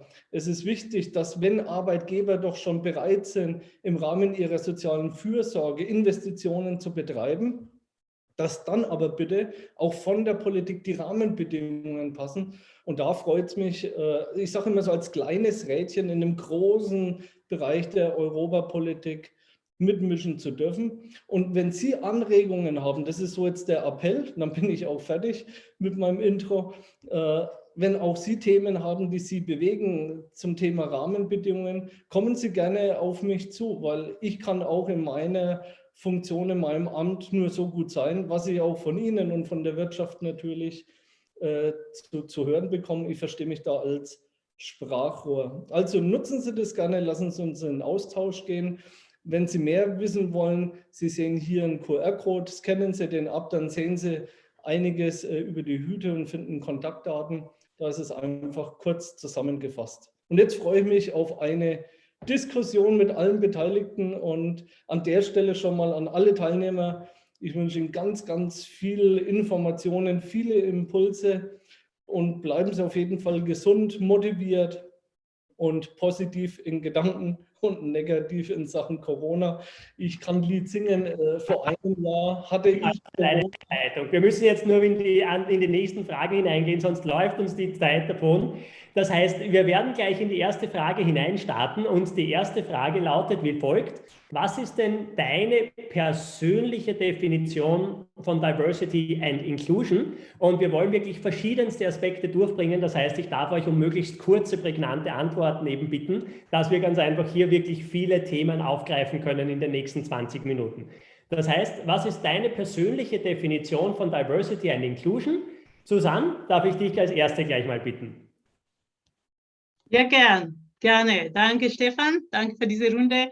Ja, für mich bedeutet das im Thema Einzigartigkeit, habe ich schon vorhin erwähnt, die Leute in ihrer Einzigartigkeit noch mehr zutrauen, dann entsteht was Großartiges. Damit meine ich auch, eben wie schon gesagt, Hilfe, die nicht klein macht, Leute involvieren, fragen, sagen, ja, Vertrauen geben, Raum geben, damit sie selber diese Lösungen finden. Weil ein Chef, ein Herr, eine Mutter kann nicht alles machen.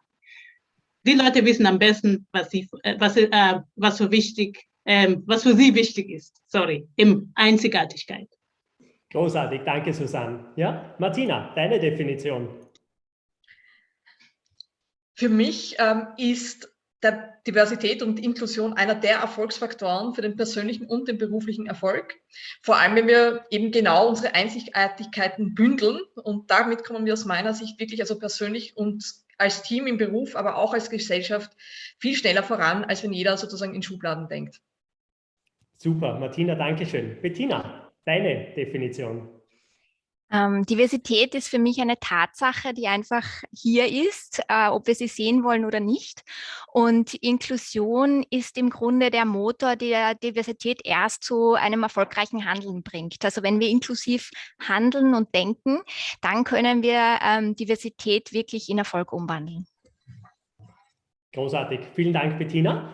Marco, deine Definition?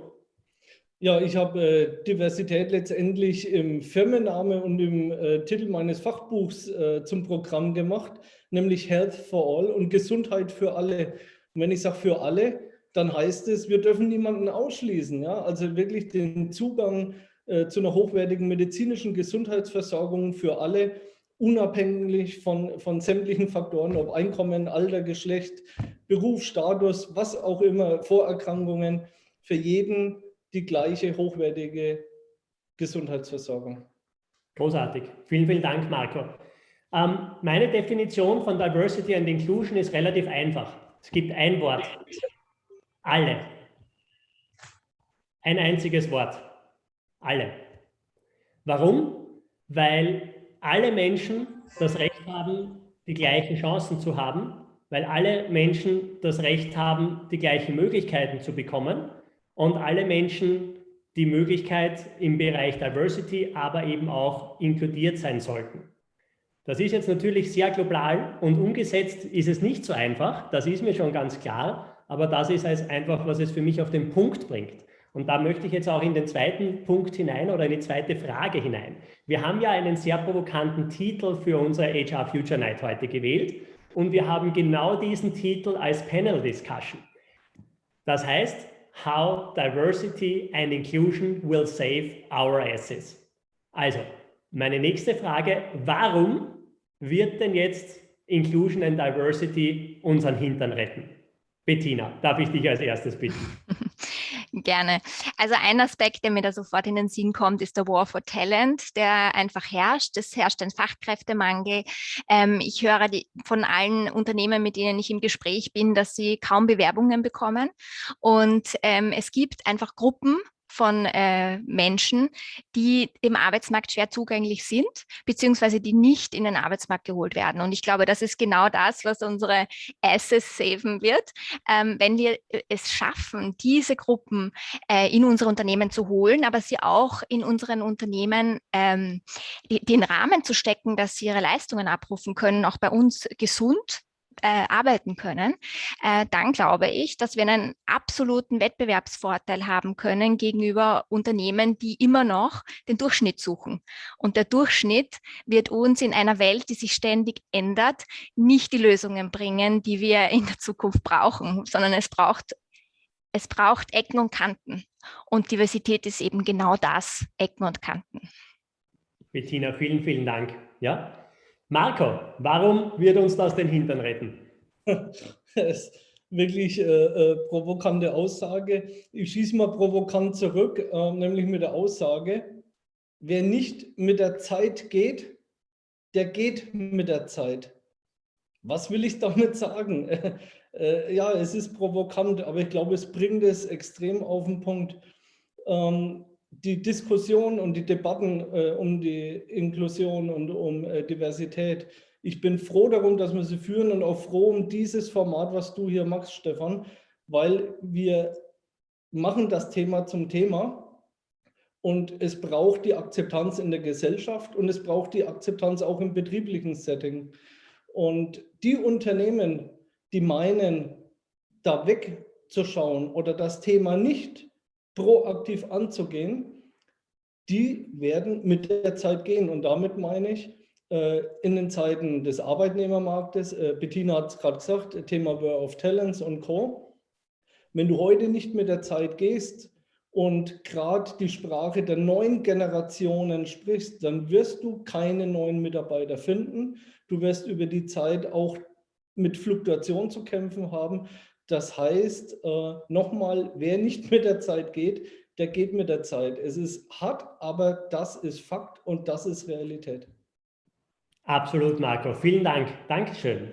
Martina. Ja, ich weiß jetzt nicht, ob ich lachen oder weinen soll, weil Stichwort War for Talent, wir wissen das alle, das ist ja nicht neu, logischerweise. Das habe ich auch vor 20 Jahren als Studentin gehört, damals als die ganzen Telco-Geschichten aufkamen. Jetzt haben wir Apps, von denen wir vor ein paar Jahren nicht einmal gewusst haben, dass es dafür Programme geben wird, ja. Und eben, ich glaube, da sind wir uns einig in der Runde, wenn ich das zusammenfassen darf, es ist wichtig. Aber was wichtiger ist, als darüber reden und ja, die Awareness darüber steigern, ist natürlich ein Faktor, der zum Nachdenken bringt. Es ist die Umsetzung. Ja, es ist schön, wenn wir uns das alle, also jetzt nicht wir hier, die wir hier sind, wir leben das in unseren Unternehmen, wir setzen uns ja dafür ein. Es steht und fällt mit der Umsetzung und das ist, glaube ich, einer der Gründe, why we need to be doing something about it, working towards it, ja, damit wir das wirklich, damit es uns auch wirklich rettet. Weil nur das drüber reden, ja, ist zu wenig. Es braucht die Umsetzung und da bin ich schon noch bei Bettina und Marco und allen, die sich jetzt bisher auch Susan, es macht die Umsetzung den Unterschied. Und das sollen die Unternehmen sein, die die Nase vorne haben, vor allem wenn sie, sag ich mal, diese verborgenen Fähigkeiten sich vor den Vorhang holen trauen, diesen Menschen eine Chance geben, weil ehrlicherweise, wir wollen alle, dass wir uns gut verstehen, Diversität, Inklusion fördern, aber wenn wir zum Beispiel in der Produktentwicklung sind und wir verzichten auf die Menschen, für die wir das haben wollen, wir brauchen die First-Hand-Experience dieser Menschen und es gibt eben nicht nur die Gruppe A und die Gruppe B, es gibt diese Vielfalt und die müssen wir einfach wirklich aktiv umsetzen und unterstützen. Großartig, Martina. Vielen, vielen Dank. Susanne, warum rettet uns das? Ich glaube, danke für diese Frage. Ich glaube, das rettet uns schon seit lange, also schon Ewigkeit. Und auch jetzt, wenn wir zurückgehen auf Grundbedürfnisse gemäß Maslow, ich meine nicht Wireless, selbst das, Wireless und Akku, wer ist da alles involviert? Auch jetzt mit Chips, Mangel, oder? Woher kommt das? Auch das ist Diversität. Die Welt hat sich geändert. Wir sind global ausgerichtet. Und wenn wir nicht offen sind, hätten wir auch keinen Partner. Es geht nicht nur um Mitarbeiter. Und Diversity hört nicht auf, wenn wir Deutschland oder Österreich verlassen, sondern global in der gesamten Kette. Ich weiß, dass es hier auch in meiner Nähe einen Anbau gibt für Paprika und so weiter. Und dort, selbst in Corona-Zeit, sagen die Leute aus Deutschland, die Arbeit ist zu hart für sie. Und wir sind angewiesen auf Leute aus Rumänien, damit wir essen können. Also ihr seht, es ist immer ein Thema, nur wahrscheinlich in unserer heilen Welt haben wir das noch nicht kapiert und früher oder später gehen wir zugrunde, wenn wir das nicht kapieren. Vielen, vielen Dank. Das finde ich großartig. Für mich persönlich stellt sich meiner Meinung nach gar keine Diskussion in der Zukunft. Das heißt, ich bin wirklich persönlich davon überzeugt, dass attraktive Arbeitgeber und erfolgreiche Organisationen der Zukunft eine wirklich großartige und außergewöhnliche Kultur brauchen werden, um überhaupt erfolgreich zu sein und um überhaupt in die Zukunft gut hineinzukommen. Davon bin ich wirklich, wirklich persönlich überzeugt. Weil wir bei der CHC Group haben als unser Hauptthema eine Unternehmensberatung, wo wir auf Mitarbeiter-Engagement, Reduktion von Fluktuationskosten und Unternehmenskultur spezialisiert sind. Und wir merken das jetzt schon ganz, ganz massiv, dass Unternehmen, die ganz, ganz intensiv sich mit ihrer Organisation, das heißt mit ihren Mitarbeitern beschäftigen und wo ganz einfach wirklich eine sehr diverse Workforce auch da ist, die sind besser und erfolgreicher durch die Krise der letzten 1,5 Jahre durchgekommen. Und da bin ich wirklich persönlich überzeugt, dass sich die erfolgreichen Unternehmen und Organisationen in der Zukunft gar keine andere Wahl mehr haben, als das Thema Inklusion und Diversity wirklich erfolgreich umzusetzen. Und ich möchte hier noch ein kleines Beispiel eben geben. Für mich ist es insofern faszinierend, weil jetzt endlich haben wir mehr Akzeptanz für das Thema Homeoffice bekommen. Und plötzlich wurde es möglich, dass man auch vom Homeoffice arbeiten kann. Und ich denke jetzt beispielsweise an diese Millionen von Menschen, die eine körperliche Behinderung haben, die aber super schlau sind, super engagiert, teilweise großartig ausgebildet sind, die aber aufgrund ihrer körperlichen Konstitution eben nicht in der Lage wären, jeden Tag in eine Arbeit zu pendeln. Oder wo jetzt vielleicht früher sich Arbeitgeber dagegen gewehrt haben und gesagt haben, na, wir können das jetzt nicht barrierefrei machen, das können wir uns nicht leisten, wir zahlen lieber die Strafen, weil wir eben Menschen mit Behinderung nicht einstellen. Was ich, by the way, eigentlich eine Frechheit finde, dass es einfach so man sich freikaufen kann von der menschlichen Verantwortung, aber das heben wir uns für ein anderes Thema eben auf. Die Bettina grinst schon, ich sehe es schon.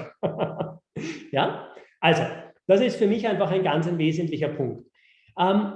Wie seht ihr denn jetzt den unmittelbaren Impact? Ja, weil wir haben ja jetzt eine sehr herausfordernde wirtschaftliche Situation in vielen Ländern noch. Wie seht ihr jetzt den unmittelbaren Impact von Diversity and Inclusion in den nächsten Monaten im HR-Bereich? Marco, darf ich dich vielleicht mal als erstes bitten? Ja gut, das Thema Homeoffice bringt nochmal ganz, ganz neue Herausforderungen mit sich. Wenn wir mal beim betrieblichen Gesundheitsmanagement schauen, wenn wir ehrlich sind und uns mit Personalern, mit BGM-Managern, Feel-Good-Managern und wie sie alle heißen, uns unterhalten, dann hören wir immer wieder, dass doch letztlich, wenn man mal genau reinschaut, Gesundheitsmanagement am Arbeitsplatz schon kaum richtig funktioniert. Damit meine ich, dass isolierte Einzelmaßnahmen nur sehr, sehr schlecht akzeptiert, in Anspruch genommen werden oder diejenigen, die es nutzen, sind die sowieso sich gesund ernähren, die sich bewegen, ja, aber den du im wahrsten Sinne des Wortes bewegen müsstest, bewegst du nicht. So, und jetzt kommt das Thema Homeoffice, mobiles Arbeiten. Und da hört die Verantwortung des Arbeitgebers nicht auf. Ganz im Gegenteil, da fängt es jetzt erst richtig an. Und jetzt kommt aber das Mismatch, dass der Arbeitgeber auch aus Grund Datenschutz und Co. gar nicht die Möglichkeit hat, ja bei jedem zu schauen, auf welchem Küchenstuhl sitzt du, in welchem Wohnzimmer sitzt du, oder ich schaue mal in der Küche in die Schränke, was ist denn da für Ernährung dahinter, ne? Ernährst du dich gesund? All das, was bisher im betrieblichen Setting nicht funktioniert hat, soll jetzt im mobilen Arbeiten klappen.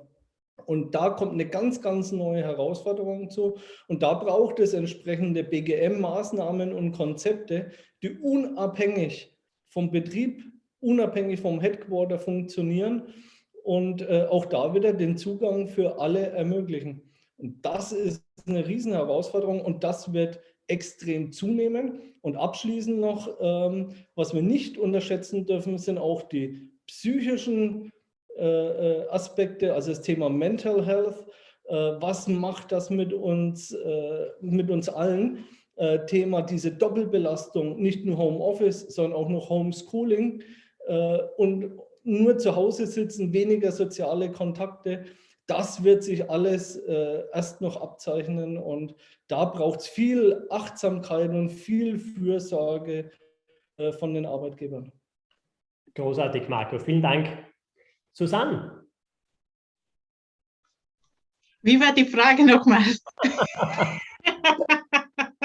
Wie wird sich das auf den unmittelbaren Arbeitsmarkt oder quasi auf die unmittelbare Zukunft der Unternehmen jetzt eben auswirken? Das heißt Diversity and Inclusion. Ja? Wo siehst du ganz einfach jetzt in den nächsten Monaten wirklich Themen, wie sich hier einfach etwas verändert oder was sich hier verändert? Ja, also wenn wir offen sind, ist es für mich im kleinen Rahmen, also mit kleinen Schritten, aber mit vielen Werken, diese Offenheit, neue Perspektive reinzuholen bei Entwicklung von Sachen oder bei Lösung von Problemen wie New Work oder Gestaltung von Arbeitsräumen. Das heißt, für mich HRler oder Arbeitnehmer oder Arbeitgeber, Führungskräfte waren entlassen, indem sie dann andere auch vertrauen, dass sie das selbst lösen können. Damit haben sie mehr Zeit für große Sachen. Ein anderes Thema, was ich hier sehe, wie vorhin erwähnt, Thema Technologie und Design. Wir waren jetzt, holen wir Leute rein, die wir bisher ausgegrenzt haben, weil die technischen Möglichkeiten das ermöglichen. Also Zusammenarbeit global oder Leute, die vorher sehen oder nicht schreiben können, die keine Hände haben, sie können jetzt reden oder autonomes Fahren. Auch in dieser Kategorie sehe ich da viele Möglichkeiten, ja. Großartig, Susanne, vielen Dank. Martina? Ja, also ich denke, dass es wirklich wichtig ist, also ich glaube, dass der Mut belohnt wird, das zu fördern. Natürlich in der Kombination, weil ich glaube, das ist wieder jetzt unabhängig von unseren persönlichen Talenten oder Herausforderungen, wie man das nennen mag. Wir müssen alle darauf schauen, dass es uns gut geht. Ja, weil das ist einfach, dann sind wir auch leistungsstark, und damit meine ich nicht 24/7 sich auspowern, ja, weder für Job noch Familie noch sonstige soziale Engagements. Ja, das heißt, das ist, glaube ich, wirklich auch dieses gemeinsame Verantworten, und das sage ich schon, dass es da sehr wohl Möglichkeiten gibt, die Digitalisierung zu nutzen, dass sie uns Prozesse erleichtert, ja, mehr Lebensqualität schafft, ja. Und gleichzeitig, wie Susanne auch gesagt hat, es ist natürlich, also es wird natürlich unterschiedliche Jobs geben, es wird manche geben, wo es leichter implementierbar ist, aber wenn wir versuchen, da wirklich das zu öffnen, weil ehrlich gesagt jetzt, ich weiß nicht, steht jemand vor einem Schreibtisch, sitzen wir alle, es werden die Menschen keine Ahnung haben, wie groß ich wirklich bin, jetzt von der Körpergröße, wir vermuten einfach. Und das ist etwas, statt dass es eine Ausgrenzung ist, sollten wir schauen, wie können wir Technologie nützen, damit diese unconscious, aber auch diese offensichtlichen Biases aufgebrochen werden, und ebenso, wie ich eingangs gesagt habe, nicht nur drüber reden, einfordern, sondern umsetzen, und dann, das wird ein Wettbewerbsvorteil sein. Das hilft natürlich auch in CSR-Maßnahmen, und wenn wir dann Arbeitsplätze schaffen, ja, bei Menschen, die froh sind, dass sie eine Chance haben, weil ich glaube, das ist auch ein Gerücht, dass das nur wenn du 100% gesund bist, bist du motiviert und engagiert. Das ist ein Blödsinn, das ist eine Ausrede, und da hoffe ich, dass viele Unternehmen sich drüber trauen, und natürlich auch, gerade in der Digitalisierung, dass wir uns auch einsetzen dafür. Physische Distanz bedeutet keine soziale Distanz, und da sind wir gefordert, von Remote Leadership bis Teamintegration und auch diese Unternehmenskultur, das ist erwähnt, nicht nur zu fordern, darüber zu reden, sondern auch erlebbar zu machen. Und damit steht und fällt auch die positive Erfahrung aller, ja, zu den Themen Diversity und Inclusion. Vielen Dank, Martina. Danke für deinen Input. Ja, Bettina, bitteschön. Wie siehst du das? Was ist die unmittelbare Auswirkung? Ja, es ist ganz viel schon genannt worden, das kann ich auch alles unterstreichen, vor allem den Aspekt, dass es natürlich gewisse Barrierefreiheit noch gebracht hat, diese Entwicklungen, und Menschen dem Arbeitsmarkt eintreten konnten, die es vorher vielleicht nicht konnten. Andere aber wiederum sind auch ganz weit abgeschlagen. Das sind natürlich Gruppen. Einerseits die psychische Gesundheit war ein ganz wichtiges Stichwort. Das sehen wir auch ganz, ganz stark, dass das extrem zunimmt, nämlich nicht nur unter Menschen, die keine Arbeit haben, sondern ganz speziell auch unter den Belegschaften, also den bereits im Arbeitsprozess bestehenden Menschen. Und das wird eine große Herausforderung sein. Aber ein Aspekt, den möchte ich noch extra einbringen.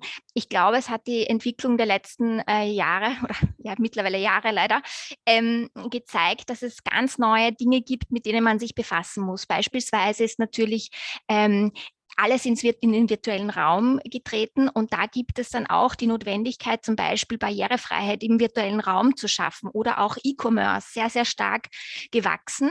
Wenn ich aber nicht daran denke, dass ich meine Portale, auch meine Bewerberplattformen barrierefrei gestalte, dann schließe ich einen großen Teil meiner Kundinnen, aber auch meiner potenziellen Bewerberinnen aus. Und das sind Themen, wo jetzt plötzlich Unternehmen draufkommen, weil es vorher irgendwie nicht sichtbar wurde.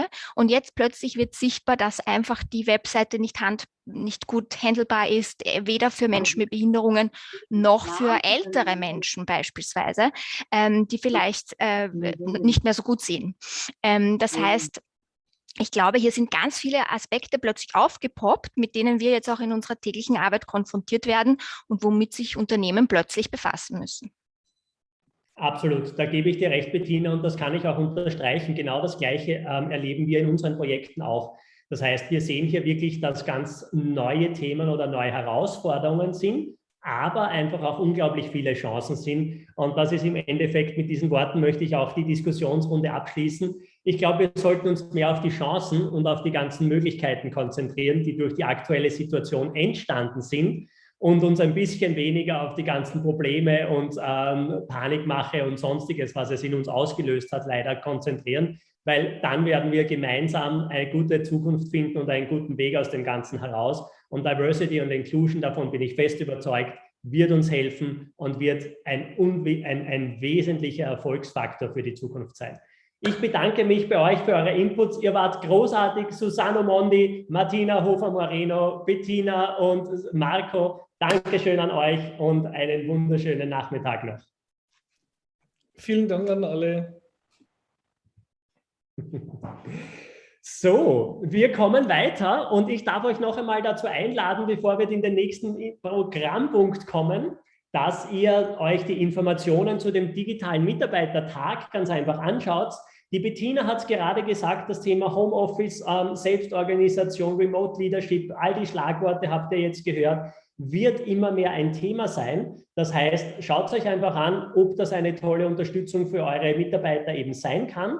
Und ihr findet im Chat den Link, da seht ihr ganz einfach dann noch, wo ihr euch die Informationen zum digitalen Mitarbeitertag Fit for New Work abholen könnt. Und einleitend habe ich euch ja schon gesagt, wir wollen euch beschenken. Und zwar, wir wollen euch beschenken, dass ihr euch den heutigen Tag Zeit genommen habt und dass ihr ganz einfach diese 4 Stunden eurer kostbaren Lebenszeit mit uns gemeinsam hier verbringt. Und jetzt wissen wir, dass heute nicht nur HR-Verantwortliche oder große Unternehmensvertreter eben online sind. Wir wissen, dass auch ganz, ganz viele Selbstständige, Small Business Owners, EPUs eben heute online sind.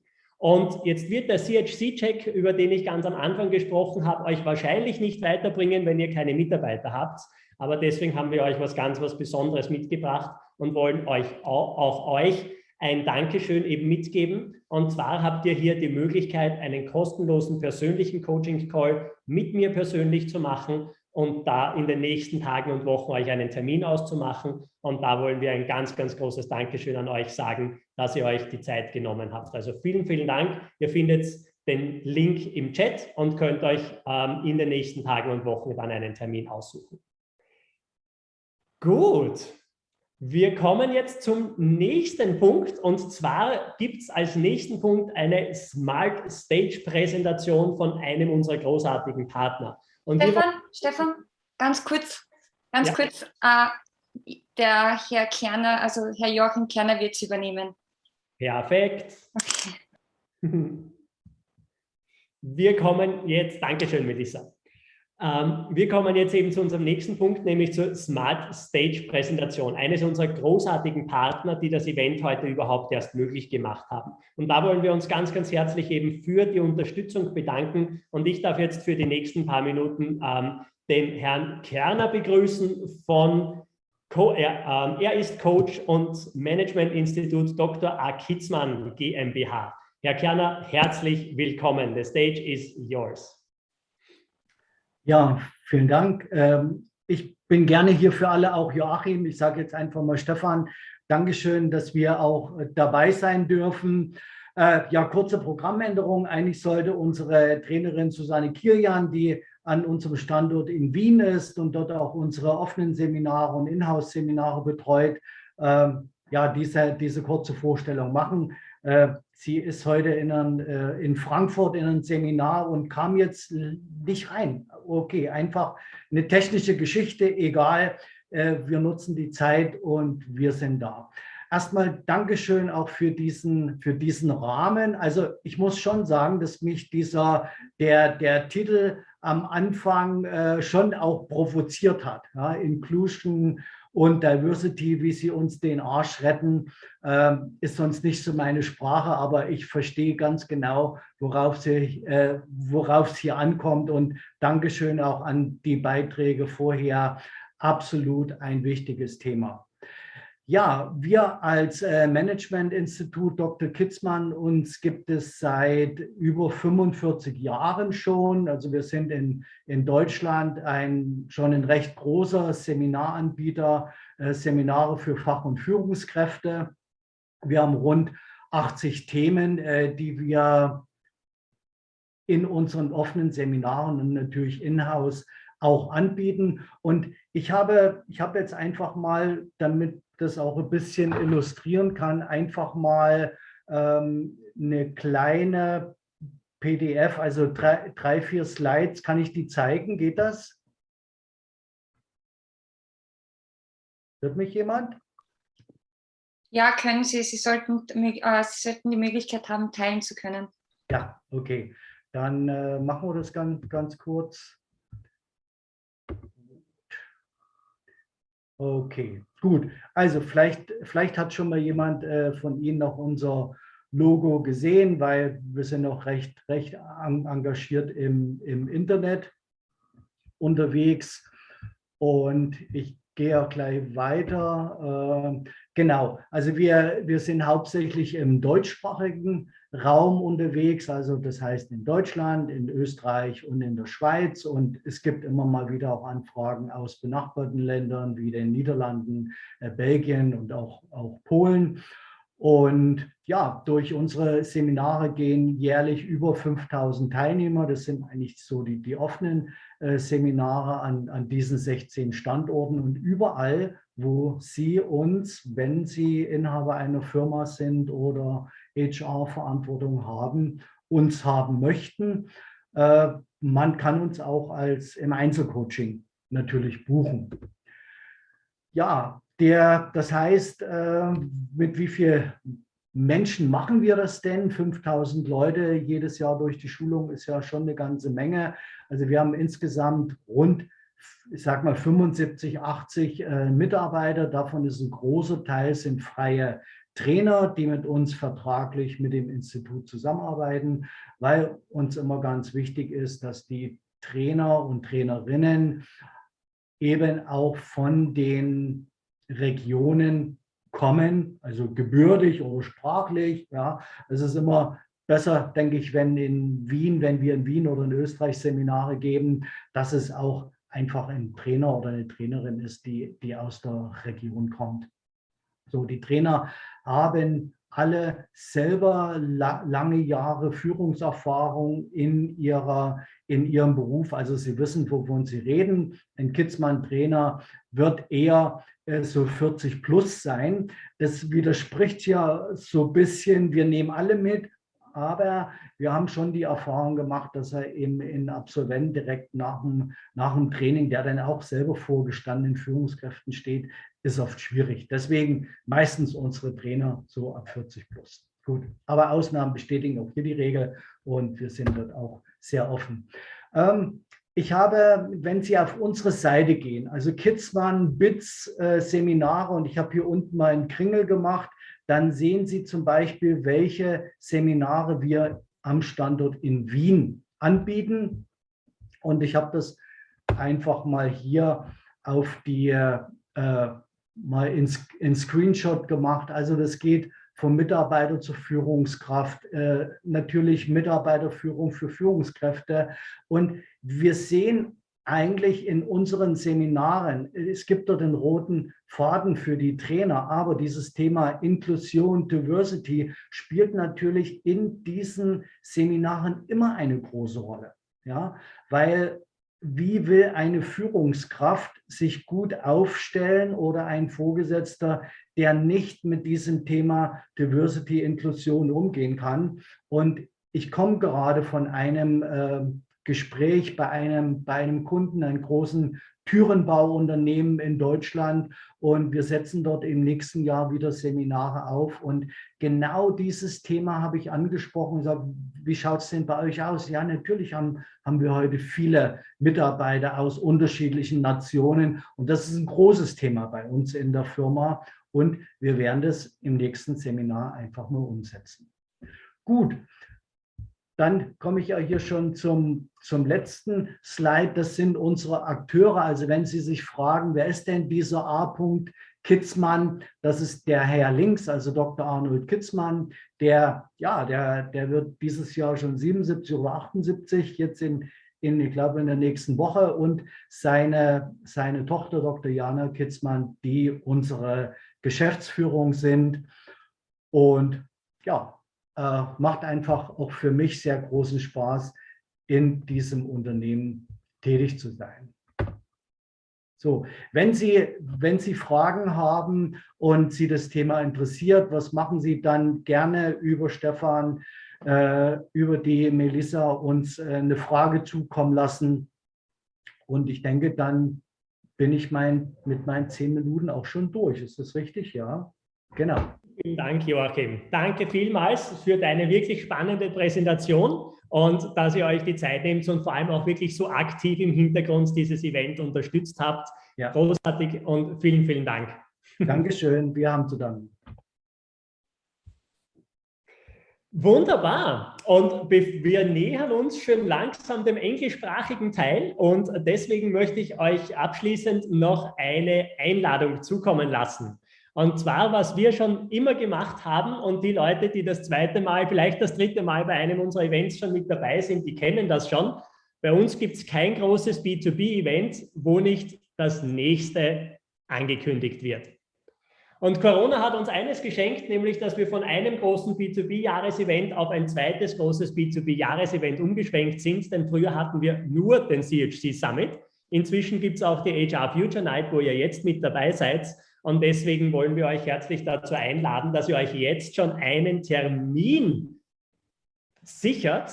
Und zwar der Termin ist nächstes Jahr am 5. und 6. Mai 2020. Und da findet der Chc Summit 2022 statt mit dem Thema Workforce 2022, the New Era of Humanity. Und jeder, der bei diesem Online-Event dabei sein möchte, kann kostenlos daran teilnehmen.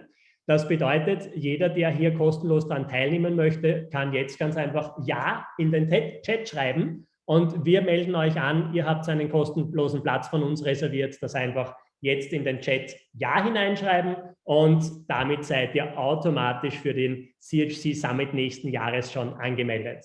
Also, wer traut sich als erstes und wer ist nächstes Jahr mit dabei? Ja? Hervorragend. Gut, das heißt, das nächste, was wir jetzt haben, und da freue ich mich ganz besonders, das nächste Thema ist, wo sind die Spendengelder der letzten Events hingegangen? Ich habe euch erzählt, dass wir unser Event so organisiert haben die letzten Male, dass wir uns ganz bewusst dagegen entschieden haben, Teilnahmegebühren zu verlangen. Wir haben früher für diese Events, wie wir das noch in Wien in großen Hotels gemacht haben, zwischen 390 und 1.200 € verlangt. Für so ein Event, was wir jetzt gerade eben haben. Natürlich hat es da Essen gegeben, aber die großartigen Speaker und die großartigen Experten waren die gleichen. Und wir haben einfach gesagt, wir wollen hier ganz einfach den Spieß ein bisschen umdrehen. Und auch wenn gewisse Situationen schwierig sind, uns geht es immer noch um so vieles besser als manch anderen Menschen.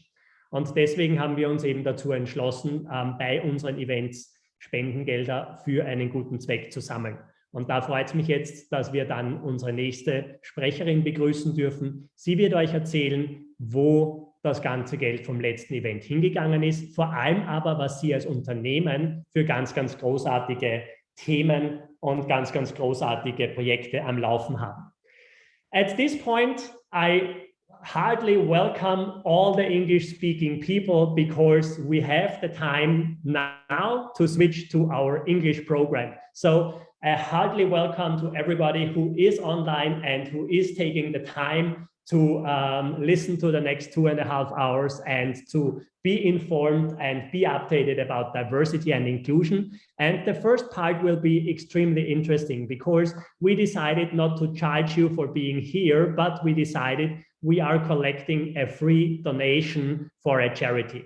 And actually, we already did this at the last 2 big events. And now we want to introduce you to the company and especially to the project where the last donation went to. And it's a pleasure to introduce now Eva Zolva. She is co-founder of Jamba, and she is going to present not only the really awesome projects they are doing at Jamba, but also where the money went from the last event. So a warm welcome to Eva Zolva from Jamba. Hello, everyone. Thank you so much, Stefan, for the warm welcoming words. Also for the opportunity to be this evening with everyone, to have the chance to speak a little bit about our organization, what we are doing, and also for your ongoing support to all of you especially during the last two events and conferences organized by CHC. My name is Eva Zolva. I'm the co-founder of Jamba Career, and I would like to start my presentation with asking you to imagine, just for a second, that you're applying for a job, but the focus is not on what you can do, but on what you cannot do. And the only reason for that is just because you have a disability.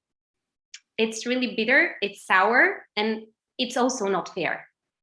We all want to be hired because of our skills, because of our competences, and simply because we can do the job.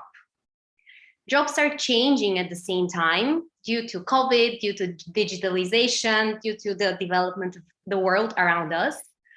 And also corporates and the HR sector, I'm sure that everyone here around is aware of this. And companies, corporates in general, are facing a lot of challenges. For example, staff turnover, and also lack of qualified and motivated candidates.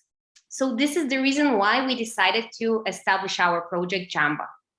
Our mission at Jamba, Career for All, is to support people with different types of disabilities and chronic illnesses to attain soft skills, English, and also professional skills, especially in the digital sector, in the fields of information and communication technology sector, and also in the sector of artificial intelligence. So in other words, we are actually preparing our talents for jobs of the future. For example, project management, software development, quality assurance, data science, and many others. As a follow-up step, our team builds the bridge between the talents with disabilities and also with the corporate sector. We support our talents to find a secure and inclusive jobs by connecting them with the right companies. So as I already mentioned, we work actively with the talents. We support their capacity building on the one hand, but we also support them step by step during the whole process of application and also inclusion afterwards in the new job environment, in the new company where they work. In addition to that, we also work very actively with the corporate sector, just because we believe that when like a company is willing to open their doors, either for the first time or not, even if they have previous experience with hiring people with disabilities, sometimes there can be like new topics that they're not aware of. And especially for the communication with people with disabilities, every disability is totally different. So we should be aware of and prepared and informed how to be really ready to accommodate the needs of the different talents. Therefore, we support companies with different trainings. So, for example, successful communication with people with disabilities, onboarding for the talents that they hire. And we do that with the support of trainers with disabilities. So that way, we show real inclusion. In addition to that, if a company wants to hire someone with disability for jobs of the future, as I already mentioned to you, they really can do that with our support, and we can help the companies to really find the right talent for digital jobs for the IT and AI sectors. So we support on the one hand on accessibility assessment, then for the scouting of the right talents, shortlisting, organizing interviews, employment, and then onboarding of the talents. And again, in these sectors that I told you about. We're super, super grateful that we started actually our program and project back in Bulgaria in 2017. So in 2019, we actually replicated for the first time in Hungary. And since last year, we're active also here in Austria. And for this period, like a little bit more than a year, we're truly grateful that thanks to the kind and generous support of the corporate sector, of the NGO sector and the academia here in Austria, we were able to organize many trainings and courses for the talents. And actually also the money that were generously donated during the last events organized by CHC were used exactly for the training of our talents. So far, more than 40 people with disabilities have been through our training programs. And we are really having the mission, and we hope that in the next years, we'll be able to continue supporting more and more people, not only in Vienna, but also in whole Austria. Just because our trainings are accessible, they're online. We are also preparing the launch of an e-learning platform for Austria, where people with disabilities will be really ready to take part in our trainings and continue their capacity building from each part of the country.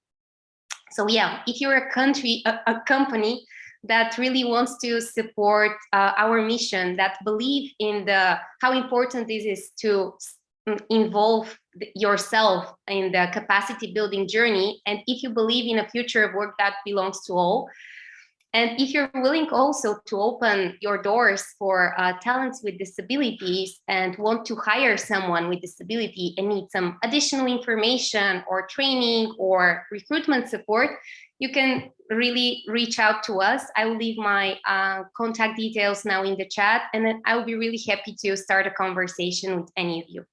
So yeah, thank you so much again for your generous support. Thank you so much for being part of this event and for caring about the topic of disability and inclusion, because I really believe that it's up to each of us to do small steps every day in order to really become more open-minded, more inclusive, and provide accessibility for each of us, because we just deserve it, and it's right of each person. So yeah, thank you so much for the time and for the attention, and I wish you to have a lovely end of the conference, and yeah, looking forward to network with all of you. Eva, thank you so much. That's really awesome. And I really, really love your project and all the things you are doing at Chamba. That's awesome. Give her a welcome applause. That's really great. So you saw you can do a lot of really, really cool and really, really good things. And so I want to share here the link. If you have the possibility and if you have the opportunity, it would be really, really cool and really, really awesome if you can start and can support the next project. So just make a screenshot. You should see the donation QR code on your screen. So make a screenshot if you are not able to send your donation right now. We set up an own PayPal account for the next donation. So every single cent will go to the next project. And the next project we are supporting is in cooperation with Krone Hit Radio. This is an official radio station here in Austria, one of the biggest we have in our country. And the money will be sent. So we will be 100% transparent, like you just saw it with Chamba. And you can also see it on our social media platforms. So your whole donation will go to the next project. Make a screenshot or just scan it with your phone and send a small donation. Every cent counts. So thank you in advance for all the great support you are sending and you are giving projects like Chamba or other projects. You are awesome. Thanks.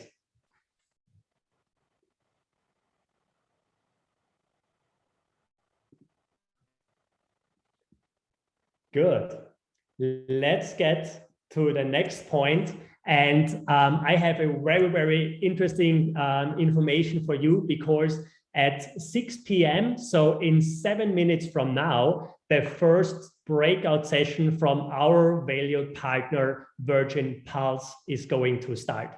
So in 7 minutes from now, the first breakout session is going to start, and they have a really, really awesome topic, because the topic is well-being champions, your secret sauce for success.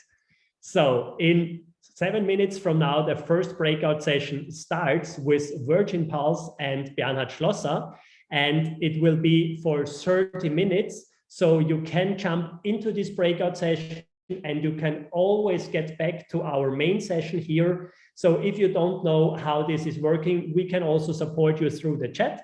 So it's pretty simple. When we start the breakout session, you will get confirmation at the bottom of your screen if you want to jump into the breakout room. It is the breakout room number 2. So the breakout room number 2 will start in 6 minutes from now with our great partner Virgin Pulse and Bernhard Schlosser.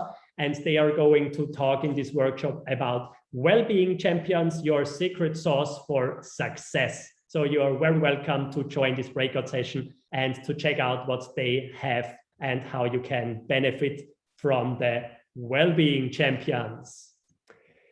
Yeah, and the next thing is something I'm really, really proud of before we go to our short break at 6 p.m. So we have a short break in our main session at 6 p.m. here. So you can jump into the breakout room with Virgin Pulse, or you can also wait here in our breakout session, because in our main session, you can also wait in our main session. We will have a 15-minute Q&A possibility during our break. So 6 till 6:15, we have a Q&A session.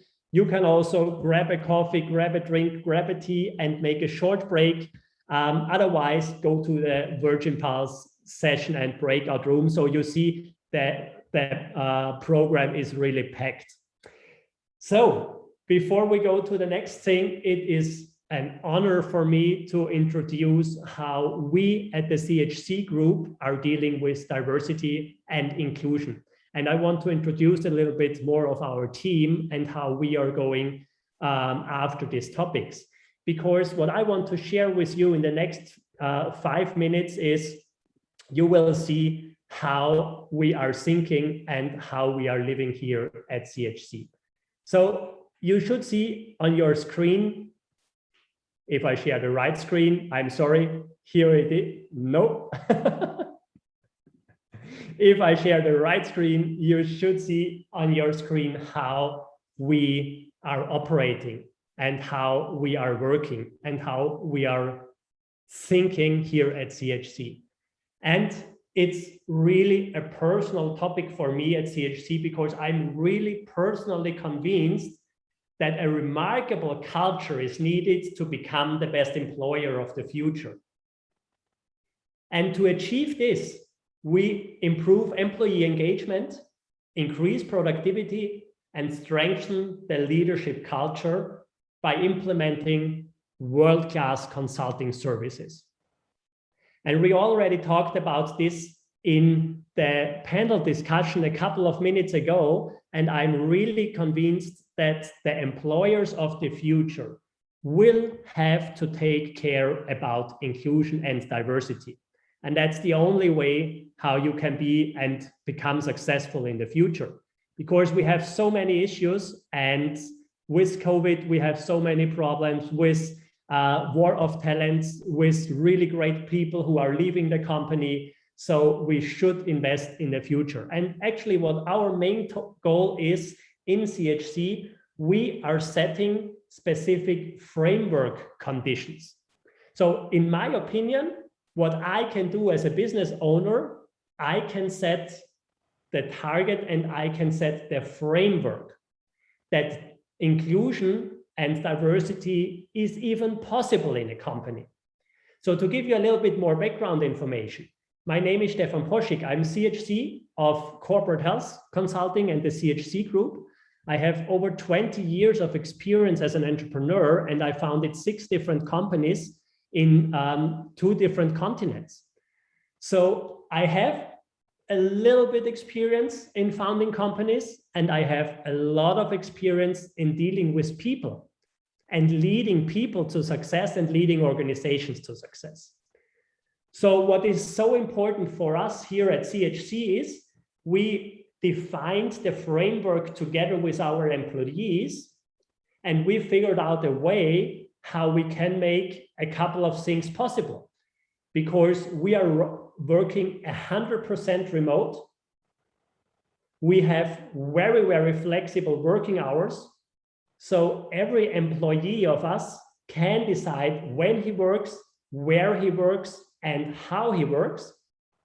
The only thing what we count is the result. So these are very, very flexible situations. So we have part-time models. So if somebody wants to join our company, for example, Katharina joined our company 3 months ago, and she has a newborn kid. And she cannot work more than 10 hours at the moment because her kid is going to kindergarten. So we offer this framework that people can work in an environment and in a remote working ability, that they can use their time they have, that they can use their skills they have, and together we can achieve more as a company. And so I think this is really one of the biggest and most important things you can do or you should do in a company. And you can ask us in the breakout sessions. You can ask also my team. You see them in the chat. Everybody has a CHC at the end of his name. So you can chat with them and you can ask how the work is at CHC and how we really live diversity and inclusion. And actually, this is the part where I want to also use the possibility to say thank you.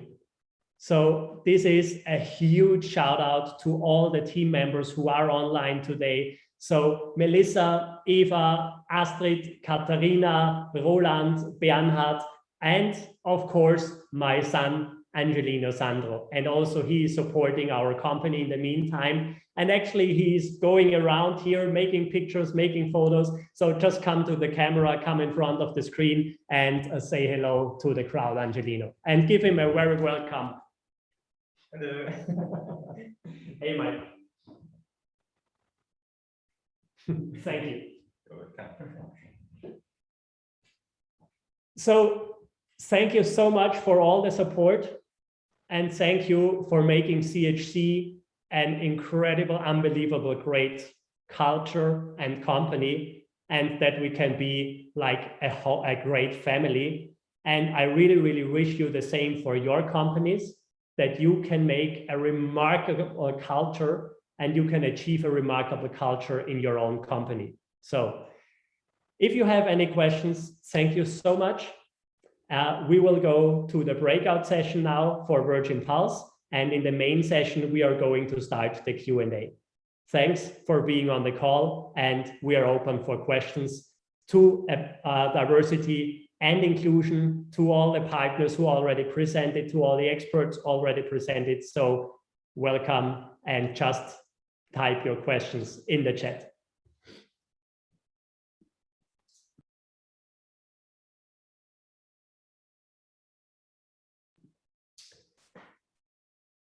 One more, the explanation, the breakout session with Virgin Pulse just started. You can jump into the breakout session by just clicking on the bottom of your screen if you want to join the breakout session. So it already started. So just jump into the workshop with Virgin Pulse. Otherwise, you can stay here in the main session, and we are doing a short break. Otherwise, you can also do a Q&A with us. We are here for you, and at 6:15, we are continuing with our program here in the main session. So at 6:15 Central European time, we are continuing with our main program here.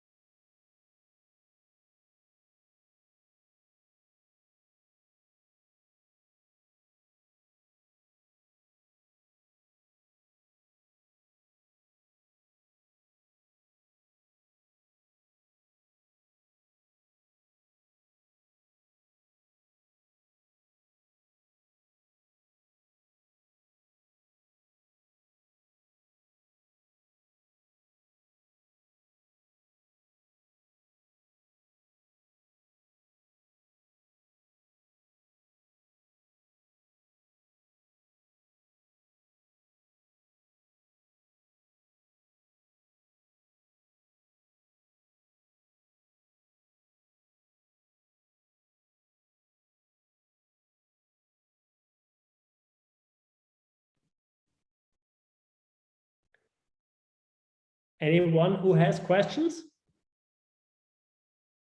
We are here for you.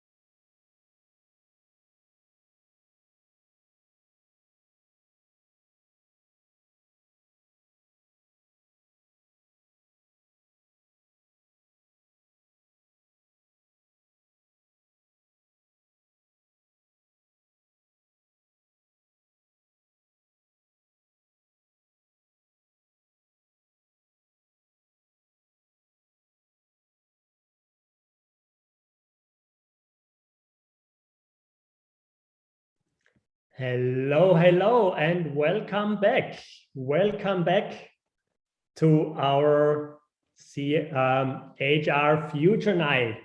We just had a short break and we will continue in 1 minute from now with our program. So welcome back, and everybody who has the ability, just put your cameras on that we can also see you, because we can do the HR Future Night much easier when we also can see you, because then you can do this if you agree, or you can also do this if you disagree, or you can also do this if you think Stefan is not ticking right anymore when I say something you don't agree, for example. So in 1 minute from now, we are continuing with our program. So welcome, welcome back. I hope you had a really, really cool short break, and now we are going to continue with our program. A couple of people are still in the workshop with Virgin Pulse. If you didn't have the opportunity to join the workshop, it's no problem. Virgin Pulse is going to do the workshop 3 times this evening. So in a couple of minutes at 6:45, the next workshop is going to start. And we will start with our program again.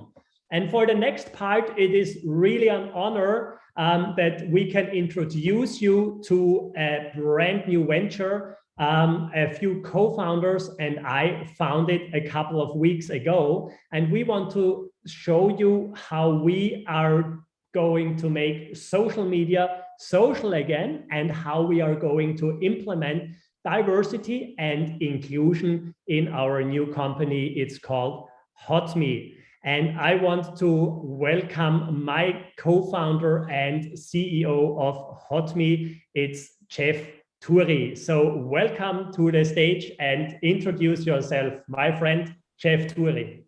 Hey everybody, nice to meet you. I'm Jeffrey. I'm the initiator and co-founder of HotMe. Together with Stefan Poschek, Jared Yelling, and Grant Cardone, we actually set out to found one of the most, I'd say, influential and greatest social media platforms of all time. And I'm really excited for you guys to find out more about it. So back to Stefan, because he has the valuable information for all of you. That's really awesome. Jeff, it's such an honor for me to co-found HotMe together with you, and also with our dear friend, Jared Yellen and Grant Cardone. And look, HotMe is a brand new startup. And actually, we have already 28 people on our team.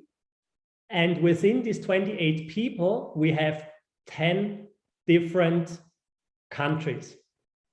So 10 different backgrounds in a new company with just 28 people, and this in a couple of weeks. And I want to show you how we did this and how we are going to make our vision a reality to make social media social again. What we did is, Jeff is here in Austria and he is not living far away from me, but our 2 co-founders are residents of the US. So they live in Florida, Miami, and Aventura. So Jared Yellen and Grant Cardone, our business partners, are there. And we have a lot of people in Miami and we are working remote with them. And a lot of them are not originally from the US. So a lot of them are from Latin America, also from Africa, or immigrants, and now work for HotMe and our community. And another thing what we did, we are working together with a software development company in India. And we have a company with over 200 highly qualified, highly motivated programmers, IT specialists, front-end, back-end programmers, and stuff like that in India. And what was extremely important for Jeff and me, and also our co-founders, Jared and Grant, is probably you think, oh yeah, they outsourced to India because it's cheap and they don't have to pay them and they don't have really good conditions over there. But it's not like this, it's completely the opposite. Because the company we have involved here in our new venture, HotMe, they have the same insurance systems and opportunities like an employee has here in Austria. And not only for them, but also for their whole family.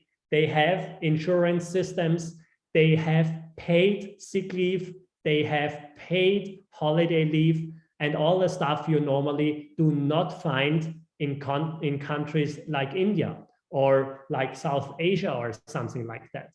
So these are just a few things what we already implemented. So it is possible that you can start a company by really including diversity and inclusion from the very, very, very first step on. And Eva from Chamba, you already know her from the presentation before. Eva, I asked her already if she has people who can support us with disabilities, so people with disabilities who can support us in doing the IT stuff and the whole programming and all this. And so when the people are going through their program, they can join our new venture and they can also support new companies. And actually, our vision with HotMe is we want to make social media social again. And this is exactly what we want to show you next week. And this is an invitation what we have for you.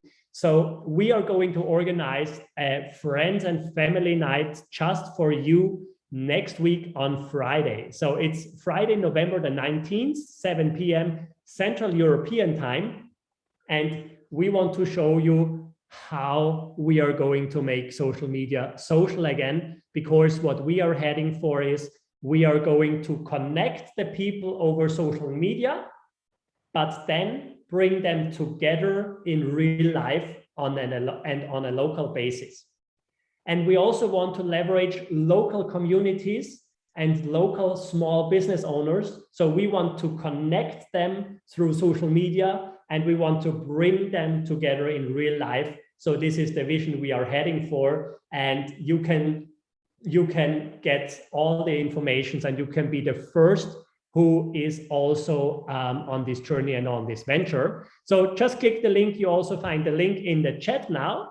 And we would really love to see you next week at the Friends and Family Night, where you can also join our third co-founder, Jared Yellin. And we are going to tell you what we are doing at HotMe and how we are living diversity and inclusion.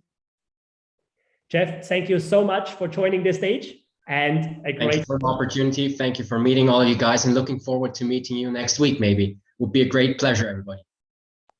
Awesome. Thank you so much. Good.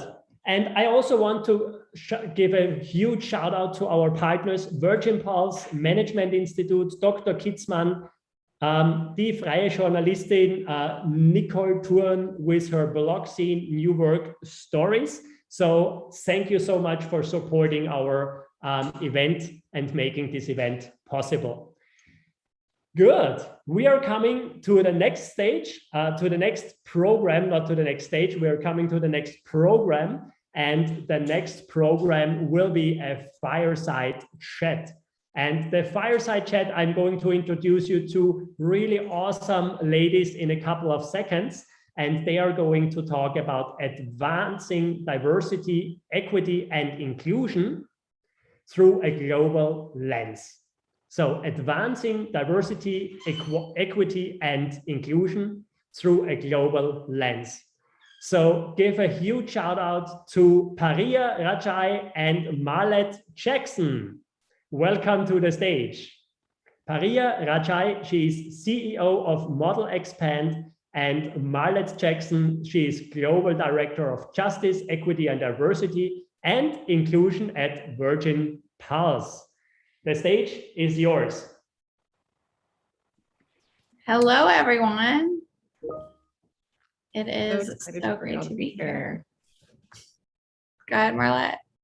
No, I'm saying so excited to be here and excited to be, chatting with Paria on, I think, a very timely topic, and I think a topic that you all are definitely going to greatly benefit from. Yes, and I just want to give a huge shout out to Stefan and just the intentionality of building the team of your startup. And that intentionality early on is such a great example of when you put the focus there, it can happen. And now as you scale out, because you naturally have such a diverse group at the company, it's going to make it that much easier. And I think one thing we're seeing in this new world we're in is this, even startups are starting early because they don't want to, they're seeing what other companies like, you know, these bigger companies are going through right now because they weren't as thoughtful about it early on. And we're seeing a lot of startups kind of be more intentional. So just want to give a quick shout out there.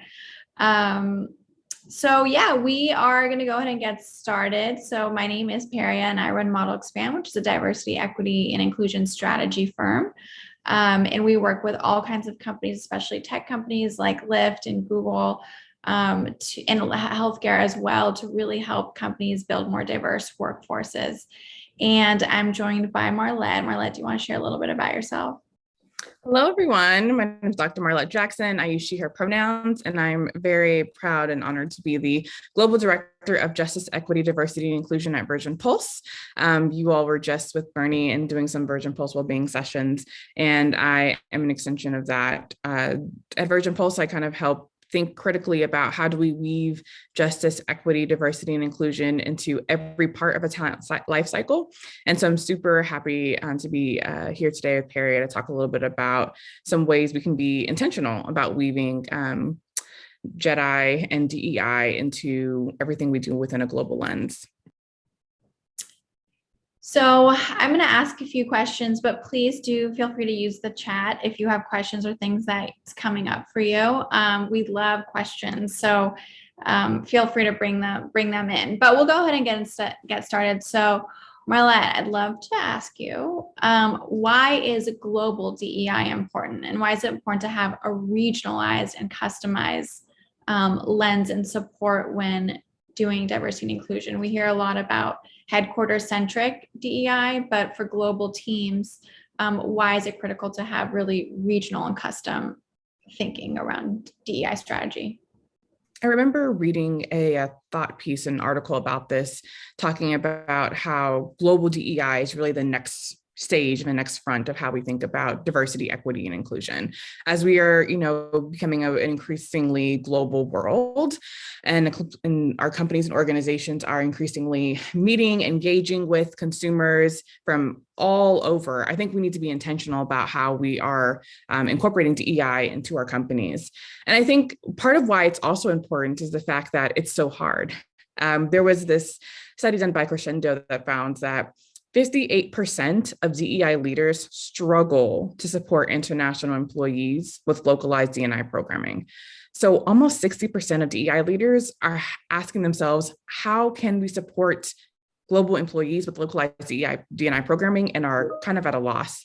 And so we need to be intentional about doing this, because quite frankly, a lot of us are kind of going into unmarked territory. But when we don't take action to improve equity and inclusion across global spheres, what we're doing is we're leaving room for different folks to feel siloed and different folks to feel like they don't belong. And one of the reasons why we should care a lot about global DEI is because global DEI programming strengthens connectivity within individual teams. It also fosters cross-cultural collaboration and mutual understanding. And when we view things through a global DEI lens, it encourages company-wide inclusion of employees from all regions, no matter where the folks are. And when we're planning and developing our DEI strategies, we have to consider implementing a global lens and exploring inclusion beyond our headquarters, right? Because then people who are not located in your headquarters might feel as if, oh, this really isn't for me. And when it comes to your second question about a regionalized and a customized approach, it's important because any global framework for DEI has to be rooted in local context, informed by the history, the culture, the language, and the laws of each place. And so really the biggest thing to think about is to make it local whenever you're talking about global DEI. Because when you make it local, you're understanding the background and history of that particular office space, and you're designing DEI interventions and initiatives to kind of work alongside local change agents. So that's the second thing I would say, is to always work aside local change agents. And because when you do that, you're being intentional about bringing other people in and not having your own limited worldview be the one that decides this is what global DEI looks like, right? It's also important to consider there are different regional interpretations of diversity and inclusion, right? So when we extend our DEI efforts to be on a global scale, we take into account the unique needs of each region, and we can honor and engage folks by being intentional about bringing global DEI to their day-to-day.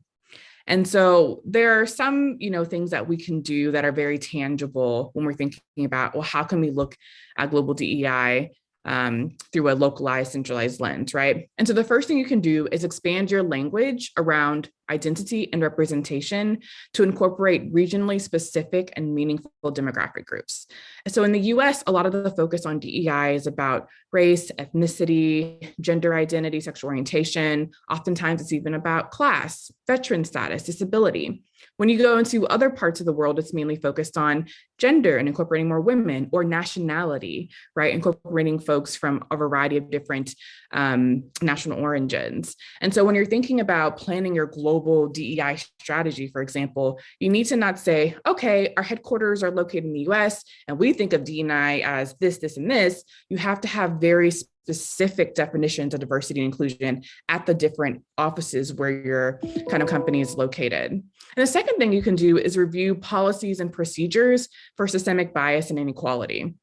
And one of the things that are very, very simple you can do is think, when we're scheduling town halls, when we're scheduling these all company meetings or these all company trainings, what time zone are we scheduling them with priorities for? Is it always the US team? Is it always the German team? Is it always the Indian team? Like, what is it? Because if your employees are seeing that, oh, every time we have a town hall, it's always based on the calendars of the folks who live in New York, then they're not going to feel like they're welcome or they're part, right? So we need to make sure that US time zones or wherever your headquarters time zones are not prioritized, or meetings are not clustered in one regional zone, but that it's open to all. So to kind of sum it up, it's a hard thing to do, to think about incorporating a global DEI lens, but it's also the right thing to do, and it can produce many benefits, from everything to cross-cultural collaboration to also just creating a greater sense of belonging. So I hope I was able to answer your question, Peria. Yeah, definitely. And when I think of even Stefan's team, like so global, so many different regions, it can be hard to make sure everyone feels included. But even asking your own employees, taking pulse surveys, employees they kind of know what they want or what they need or how they're feeling. So just asking can also be powerful, whether it's in a survey or whatever the medium is people underestimate the power of looking within their team. But that was very helpful. And I think of it, especially with what's going on in the US, it doesn't necessarily resonate with other regions. Other regions are going through different things. And so that is definitely something to keep in mind. I know we had a training in India and it was in the middle of the COVID outbreak. And it was important that we adjusted the training based on what was going on regionally there. So it's always being mindful. Yeah, and I think when we think about why global DEI matters, an important next point of the conversation is, well, how do we integrate it into all parts of the talent life cycle, right? And starting with recruiting and hiring, which is kind of what your firm is, really known for. So how can we recruit and hire with a global lens? Yeah, so recruiting is a very big question. How do we build more diverse workforces? And I think first I want us to let's all do a little exercise. I feel like let's bring everyone in. So I'd like everyone to write down, and this will get to our why and different strategies we can use, but write down the 5 people that are closest to you, excluding your family. So Marlette, why don't you participate as well? So write down the 5 people that are closest to you, excluding your family. So I'm going to give everyone a few seconds to do that. By the way, sometimes when we play this exercise, people realize they don't have a lot of friends. But the 5 people that are closest to you, it could be neighbors, it could be coworkers, just what friends have you had in your life, and write them down. You can think about it if you want.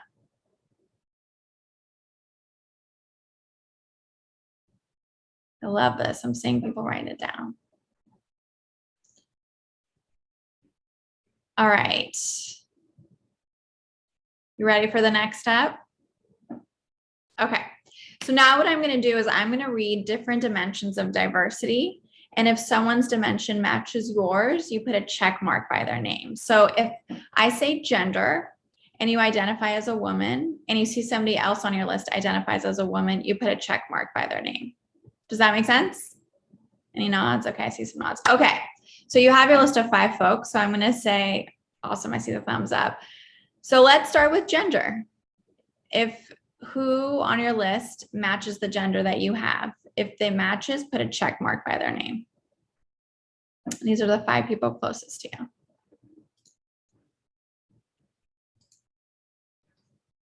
All right, now we can do sexual orientation.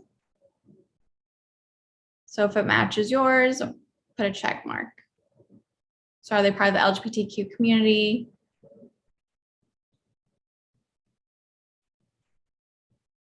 And then we'll do education level.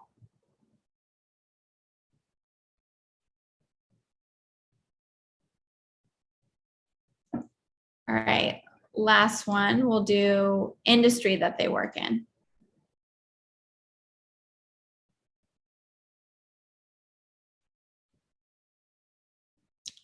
All right, so I'd like in the chat, and Marla, maybe you can also answer, what are some things you're noticing with this list and the check marks? Any observations? All of my people were women of color who also had PhDs, who are also in diversity and inclusion work. So it was very, very much people like me. Lots of check marks, right? Lots of same, you know, and that is, did anybody else notice that? I'd like to, anybody else, any observations? All of mine. Oh, nice. Stefan have higher education than me. What about the check mark level? So if you notice a lot of check marks, and we tend to see that, yeah, same industry, we have a tendency as humans to surround ourselves by people who are like us in some degree or another. And that is called similarity bias. It's natural, it's human. But where this comes up in hiring and in recruiting is we're more likely to trust people who are similar to us. And it can be conscious, it could be, it could be subconscious. We may not realize it. And so a big part of hiring more underrepresented talent and creating more diversity is being intentional, because if we're not intentional, we have a tendency to just go to our networks or be a little bit more, have more confidence in someone who has a background similar to us. And so a lot of times what you're seeing at these companies, it's a multitude of things, but similarity bias is a huge issue. And so our networks look like us, who we trust looks like us. And so that intentionality is really, really critical. So I bring that up because that is one part of it, is really being intentional about recruiting partners. So if your network isn't naturally like that, and I'll be honest, when I first started hiring, I hired a bunch of women who were also women of color who had long hair and were also brunettes. And if you asked me if I was hiring based on merit, I would say, of course, she worked at Oracle, she worked at so-and-so. But what was happening was I was building trust a lot faster. So you can build mechanisms in place within your hiring process to help mitigate against that. So you want to diversify your recruiting partners, but you also want to look at your hiring process. And the best way to mitigate against bias like this is structure. So I know when I talked to Stefan earlier, we talked about creating more structure, and something that Airbnb did, which was one thing that they noticed is their data science team had a data assessment. And they said, and one thing that they were noticing in their hiring was that women were being disproportionately weeded out. And that's when a lot of companies or teams would say, hey, the women just, they don't meet our hiring bar, and they would stop there. But this team understood kind of these concepts around inclusive hiring, and they built more structure around the hiring process. What that means was, for the data science assessment, they created a rubric. How do we evaluate assessments? What should we look at? And when they did that, along with a few other things, such as bringing in more women in the interview panel, they noticed the women on their data science team increased from 15 to 30%. So recruiting is a multifaceted issue because you have interpersonal dynamics like similarity bias, and then you have a lack of structure often, especially with startups. And when you see a lack of structure, you let this bias take a hold of a lot of decisions. Any tips you have, Marlette? Yeah, I think adding structure is like a really important piece of the puzzle, and thinking really thoughtfully about the types of projects that you are bringing in to assess people on. And also thinking a little bit about some other things we've seen in the literature is blinding resumes, right? Removing identifiers such as name, which can make someone think, oh, this person identifies as a certain gender, or they may be from this ethnic group, or they may be from this certain nationality. So removing that from a resume or their educational institution can also reduce bias, because we know that we gravitate towards educational institutions that are more prestigious. So those are also additional ways you can add structure into the process in order to mitigate the likelihood of bias. Yeah, I'm curious if anybody wants to add in the chat things that they found help, or any questions that they have around recruiting, or anything you've seen work well. Please do enter that in. It's always great to hear. Okay, so the next question, so we talked a little bit about recruiting, and I know we don't have a ton of time, so I want to make sure we go to different parts of the employee life cycle. We're thinking of a global lens. So in terms of development and communications, how can we be more inclusive of different localities and cultural contexts when creating development opportunities? And how do we ensure our communications around diversity and inclusion are actually inclusive? I think this is something that Virgin Pulse has actually grappled with, and I'll keep it brief because I know we only have about 4 minutes left. And I think there was a quote by Rukansa, who's the diversity, equity, inclusion lead for the EMEA region at Google, and Rukansana said, "From the outset, training needs to have a global lens, global examples, global context. If it's built in as an add-on, it can fall flat." And so when we're thinking about learning and development, so training and workshops for your company, think about the timing and make sure the timing of workshop works for all people from all different regions, right? It's a quick win, but many times organizations pick US-centric times, and that can create either an online or video version for international audiences, but consider multiple trainings if you need to match the time zone of the different folks in your company. Also, make sure to include research and examples from the various regions that you have audience or different offices in. So for example, at Virgin Pulse, we have this training called JEDI 102. So Justice, Equity, Diversity, and Inclusion 102, where it's all about social justice with a global lens. So we have offices in Australia and the UK.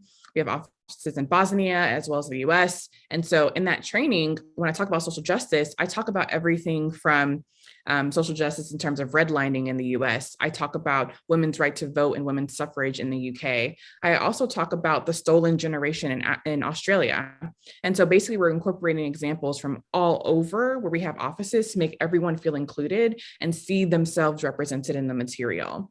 And DEI communications is another big topic. Oftentimes when we're talking about sensitive information, like the murder of George Floyd or the Derek Chauvin trial, we often center it on what's happening in the United States or what's happening at headquarters. But recently what we've started doing is if there's something that's going on in the UK or in Australia, I'll have an employee from those regions reach out to me and say, hey, Marlette, we would like support too. So then I'll make tailored communications that are specific to the DEI issues that are raising up in the UK or in Australia or in any other parts where our offices are located. And so it's just about partnering with folks in different offices and then incorporating their perspective when you're sending out regionalized communications, because diversity, equity, inclusion, and social justice issues affect all of us in all parts of the world. We can't just be headquarter centric when we're talking about them. And I know another part of a talent life cycle is career development and succession. So Peria, how can we be sure to promote and develop people equitably when we're thinking about DEI through a global lens? Yes, so the biggest tool that you have is data. And this is data in terms of understanding the existing demographics within your company, understanding what do you define as diversity.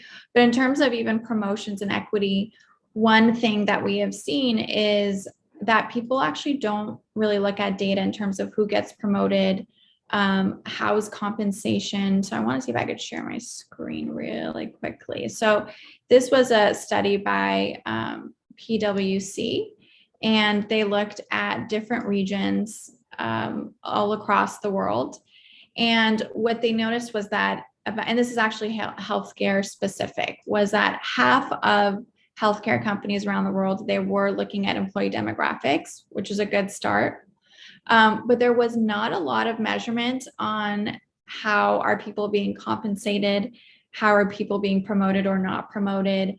And so I share this data because it can feel overwhelming in terms of where do we start in ensuring people are promoted, ensuring compensation is fair. But your biggest thing that you can leverage, because you are a human with biases and just moving fast as a company, is look at your data and see, okay, are people being promoted at a similar rate? If not, is there real justification for it, or could it be an oversight? Are people getting paid similarly? Could there be pay equity issues? So number one is to collect the data, because that'll help you really be clear on where to focus your attention. And one easy tip, especially for growing companies, it's not easy, but it can be really powerful, is looking at compensation. So one trend that we're seeing in DEI is companies are being transparent about pay grades. So if you're at like an engineer, this is kind of the pay grade. If you are at a certain level, this is the pay grade. And this is trending because what we're seeing is that based on negotiation skills, somebody might get paid more and not necessarily their actual skills on the job. And so what's happening with companies growing so quickly is demographics that are a bit better at negotiating, or maybe have more access to information on how to negotiate, they're getting paid more. And so now CEOs are saying, wow, we don't mean to pay differently based on gender or based on socioeconomics or race and ethnicity, but this is what's happening, and it's happening fast within our company. And we're seeing Gen Z really pay attention to this. So now what's happening is their proactive approach on, here's the pay grades for each group. And they do take into account performance and things like that. But in general, having that done early on in the pipeline can help a lot of the issues that we're seeing happening now with these bigger companies. So that's like one tangible way that you can really be proactive around pay equity in compensation. That's really awesome. So thank you so much, the both of you. So give them a huge shout out and a welcome applause. Thank you, Paria and Marlet, for this awesome fireside chat. And at least for me, I took a lot of things with me. I made the I made my list you were talking about, and it was already helpful for me because it's really, really interesting how easy it is to get insights from my own life, friendship, social life, and all this stuff. And you can definitely use this also in your organization. So thank you so much. And one more time, give the two ladies a great applause, and thank you so much.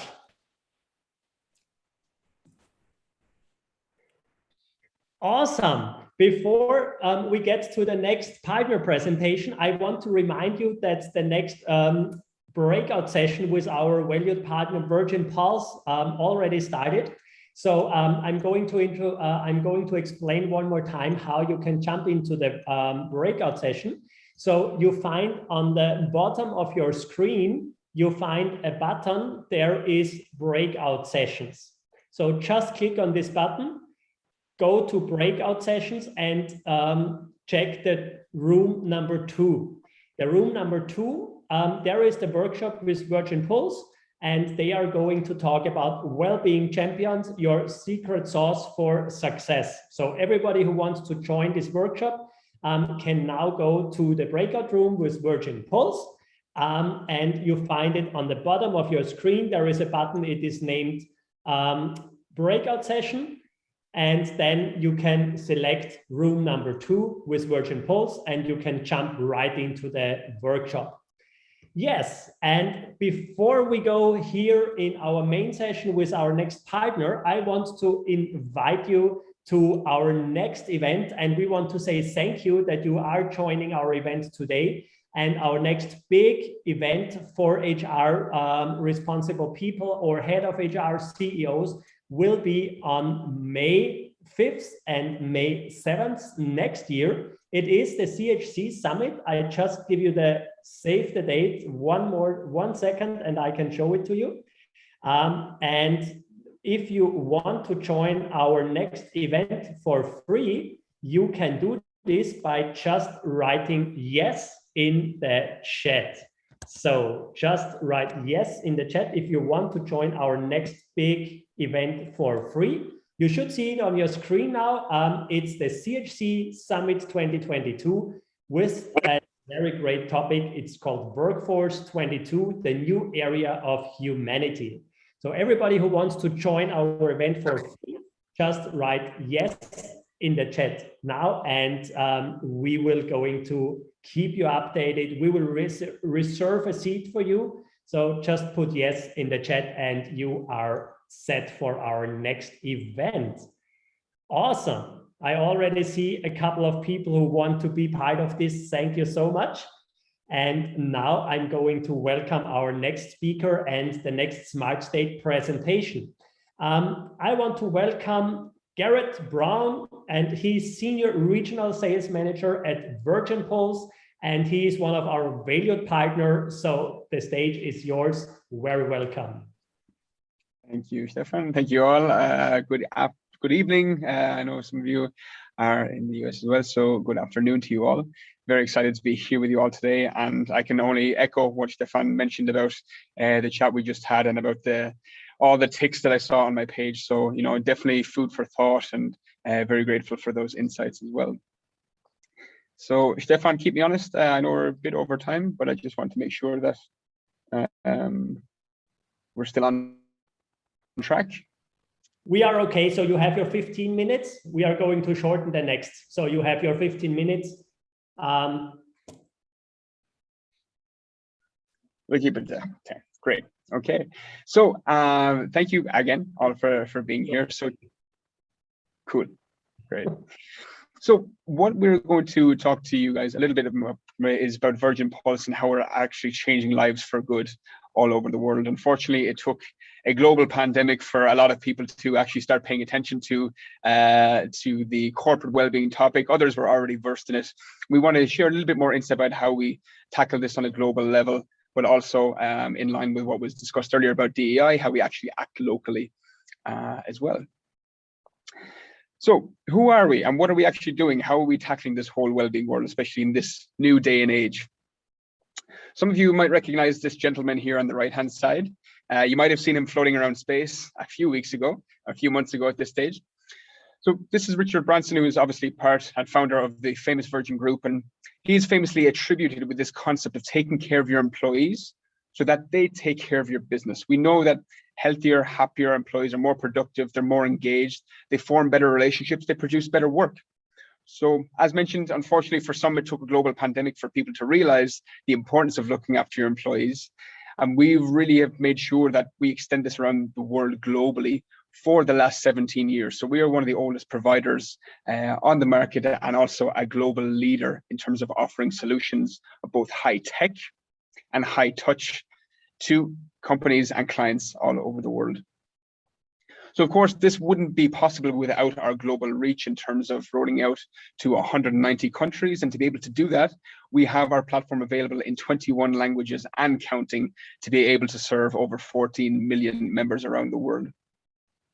So echoing kind of what was said before around DEI as well, we know that every single region, HQ and all the other subsidiaries, every single region within the companies that we work with have their own challenges, they have their own objectives, they have their own realities. And we really need to make sure that we take into consideration the different cultures, the different objectives, the different challenges that all of these clients and organizations of ours will be facing.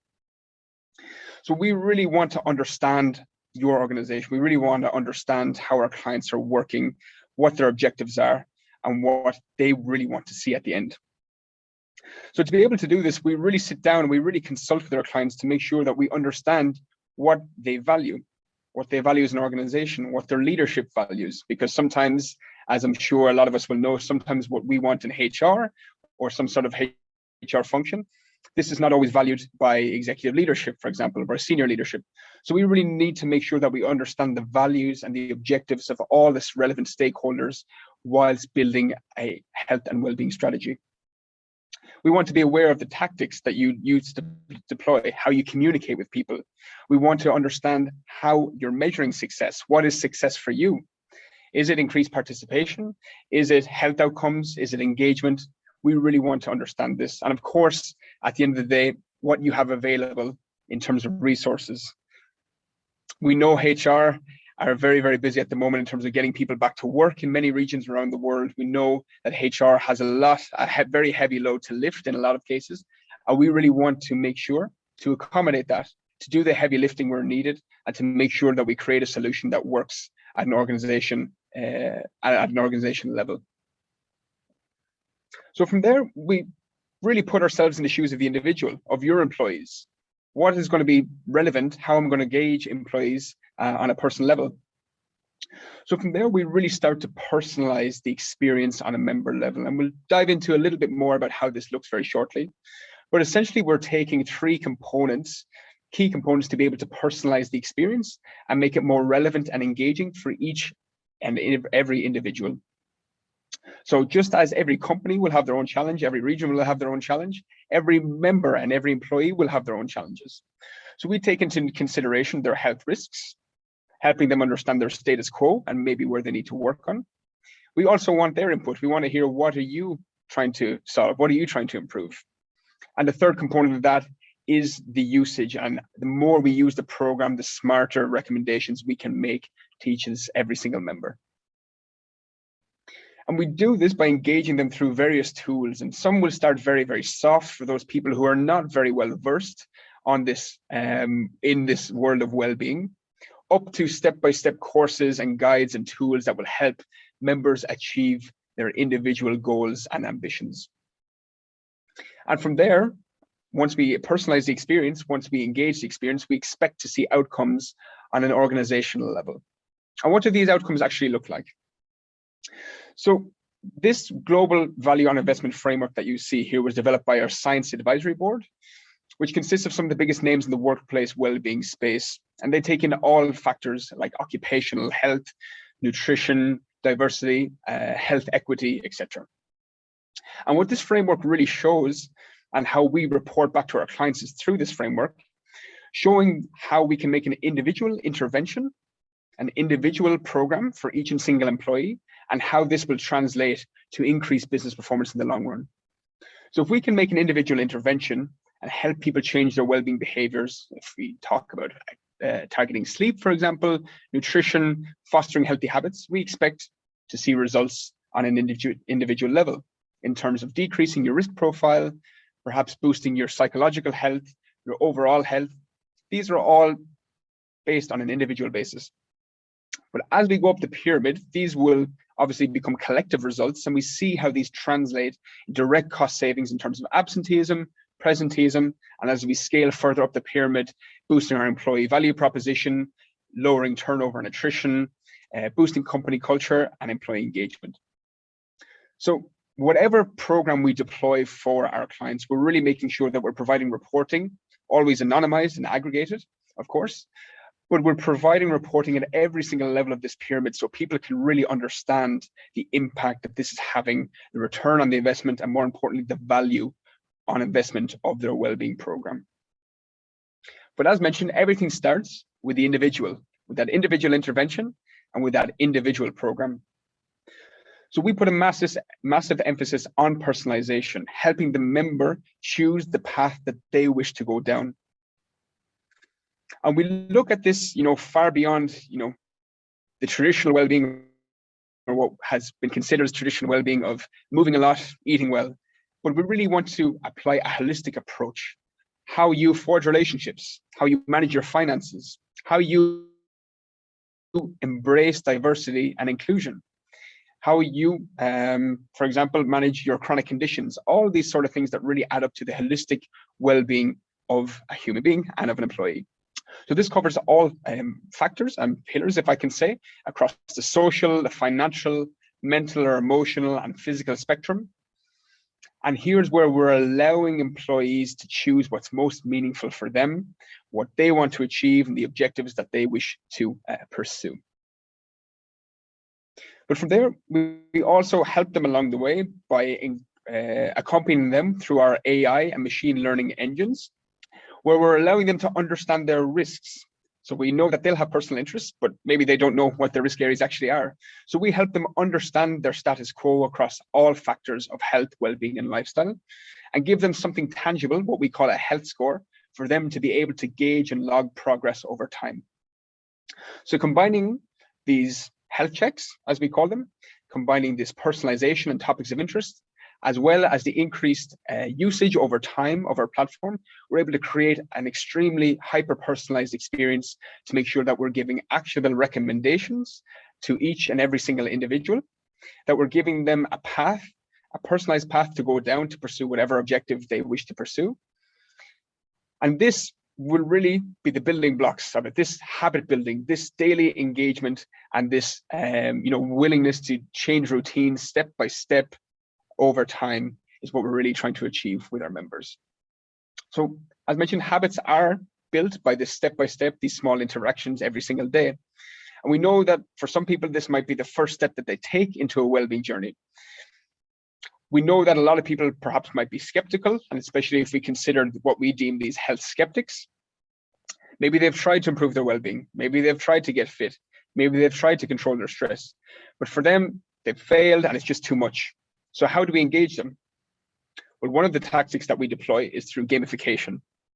And as we see here, a healthy competition through what we call our destination challenges, where we set off in teams around the world, across the globe, whatever it may be, is something that is really powerful, engaging those people who are less health skeptic.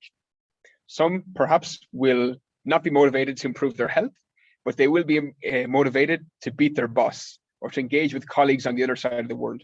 So here's where we deploy a step challenge, and I'm very careful with our steps. We measure progress in terms of steps, but we offer over 60 different activities on the platform to make sure that people feel included. If you don't like to go running, you do not have to go running. If you prefer to do gardening, housework, if you prefer playing Nintendo Wii, cycling, whatever it may be, you have the power to do so and still be included in this virtual journey around the world. But Garrett, we know I have to jump in just 1 more minute. We are already over the 10 minutes, so please just 1 minute. Indeed, we're getting them. So we know that physical activity is not the sole component of health and well-being. This might be the entry point for a lot of people. So we make sure that we're still deploying challenges and different gamification engagement tactics through all areas of health and well-being to make sure that people can pursue whatever objective they wish to do. And from there, we know that a lot of companies already have initiatives in place. Maybe they already have benefits. Maybe they already have programs. So a lot of companies ask us, well, do we have to choose? Is it one or the other? And the answer to that is no. So what we're really creating with our clients is this home base for health, a one-stop shop for all things health, well-being, and benefits for people to be able to access whatever they need in one single place under one single umbrella, and to make sure that it's actionable, intelligent, and personalized for their own health and well-being journey. As we know, health is something very, very personal, and we should treat it as so. So we really have something for everyone, and we really want to make sure that everyone feels included. So I know we're at time now, but if anyone has any questions, feel free to reach out. Feel free to put some comments in the chat. Feel free to ping me or connect with me on LinkedIn. More than happy to consider a coffee to talk about your strategy and see where we coincide. Garrett, thank you so much for this really, really interesting presentation about all the things you are offering and about all the things you can do and in the health area and how you are supporting people that they become healthier again. Thank you so much to Virgin, and now we are going to continue in our main room with a really, really interesting topic. Before we start with the next session, I want to remind you and I want to invite you to also be a part of the donation program, because we do not charge for this event. Normally, before we started these events, we charged $200 to $500 for events like this. And we decided we do not charge for this event, but we are asking for a free donation to a charity. You already heard from Chamba, and yes, here we go. You see it on your screen. So just make a screenshot, and we will really, really, really be proud if you are part of the next donation. And we are going to put the money together with Krone Hit. Krone Hit is an Austria-based radio station, one of the biggest ones, and the money will go to an Austria-based family with children with disabilities. So you can do something really, really cool here, and we are be 100% transparent. So we are going to update you on the amount of money the donation brought together and where the money went. So we are 100% transparent here, and no cent is going anywhere else. So 100% from all your donations are going to the family, and there is no discount or no administrational charge here. So thank you, and we are going to the next part here, and the next part is an interview with a very good friend of mine. And actually here is a warning, because the next 25 minutes will be controversial. And it will be controversial because we have a situation on a global part and on a global level we never ever had before. And this is also the reason why we call the next 25 minutes Is COVID Destroying Diversity and Inclusion? And first of all, I want to welcome my really, really good friend and welcome to the stage Floris van der Walt, CEO of Van der Walt and clinical psychologist. Welcome to the stage. Please introduce yourself because, yeah. Good. Thank you very much, Stefan, for being here on the stage with you. Yeah, I'm a clinical psychologist, worked in industry for 30 years in the area of HR, basically covered all the functions in HR. 5 years ago, I decided to leave the corporate world and founded my own company working specifically on how to deal with uncertainty and ambiguity.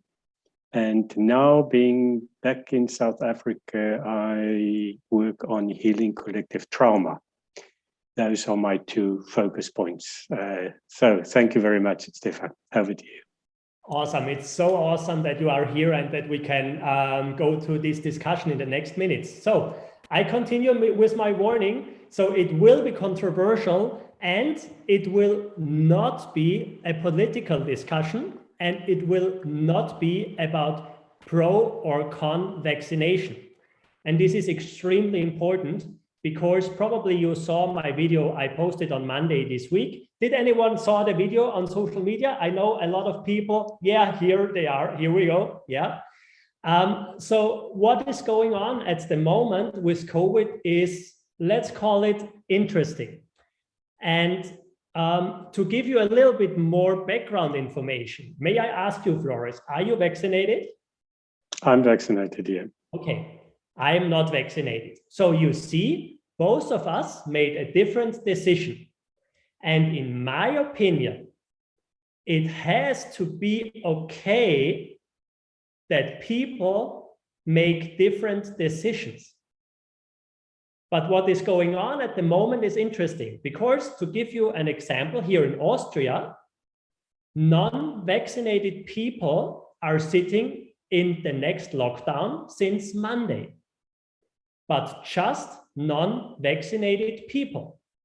The government does not call it a lockdown, But I'm not allowed to go to restaurants anymore. I'm not allowed to go to a hotel anymore. I'm not allowed to go to a library or to go to the hairstylist anymore.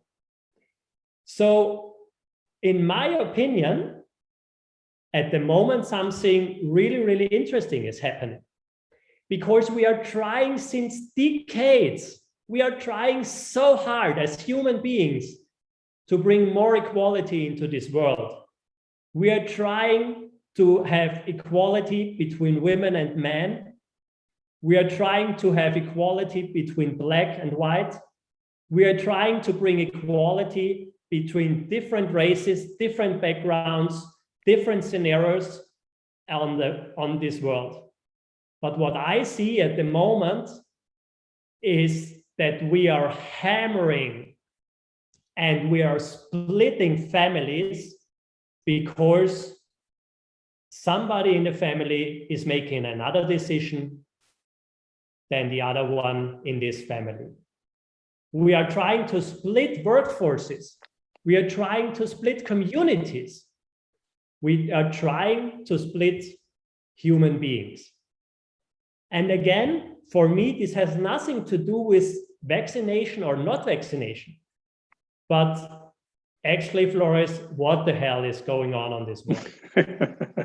Let me just add to that in a real life example. One of my clients, we had a long discussion, decided that non-vaccinated people on its production unit, non-vaccinated people has to use mask, and vaccinated people can be free not using masks. And then what happened, he found out that one of his executive committee members are wearing a mask because she felt consolidated with everybody and decided to wear a mask. And he flipped out and he said, "Why are you wearing a mask?"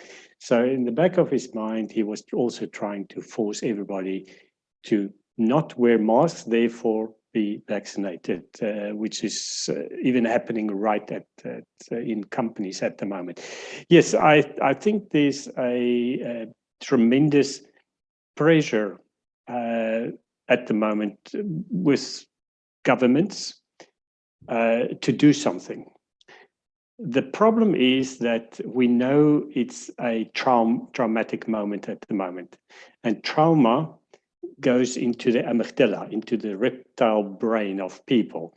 Unfortunately, that trauma does not link up with the new cortex, which is the thinking process in the brain. So we cannot expect a lot of logic or a lot of problem solving in such a traumatic situation. And I think a lot of people, especially governments, are more reactive than really contemplating what are the consequences at the moment, because it's a traumatic condition. Though what is interesting in my mind, and to come back to your situation, I mean, also people that are vaccinated can carry the virus. So people that are vaccinated are not less infectious to the virus than people that are not vaccinated. So the only reason why the vaccination is bringing that you're not getting maybe that sick or that ill when you get the virus. But as you said, I'm fully with you that that is a personal decision, whether the same thing, whether I want to have a flu injection or a flu vaccination once a year. Do I want to get the flu and really run through it and let my body create the antibodies? Or do I want to say, look, I'm not in a mood for a headache or getting to bed, I'm going to have a flu vaccination. So those were normally personal decisions. With the vaccination at the moment on COVID, I do believe that there's some opportunism in it, that people try to put themselves in limelight and make decisions that they don't realize what the consequences are. But I also believe there's quite a bit of traumatic reactions that we see at the moment in a lot of decision making here. Mm-hmm. Okay, so I'm with you with these traumatic experiences people are making at the moment. And for me, it's really, I want to say it one more time. For me, it's really not if somebody is vaccinated or not, or if it is better to be vaccinated, or if it is not better to be vaccinated. But I mean, actually what is happening to the freedom of choice at the moment, because there is so much fear outside and in the media and from everywhere. What happened to the freedom of choice? Very good question. And I want to take that question a bit back again into the industry and the freedom of choice as well, and diversity and inclusion. How does freedom of choice then link up with diversity and inclusion?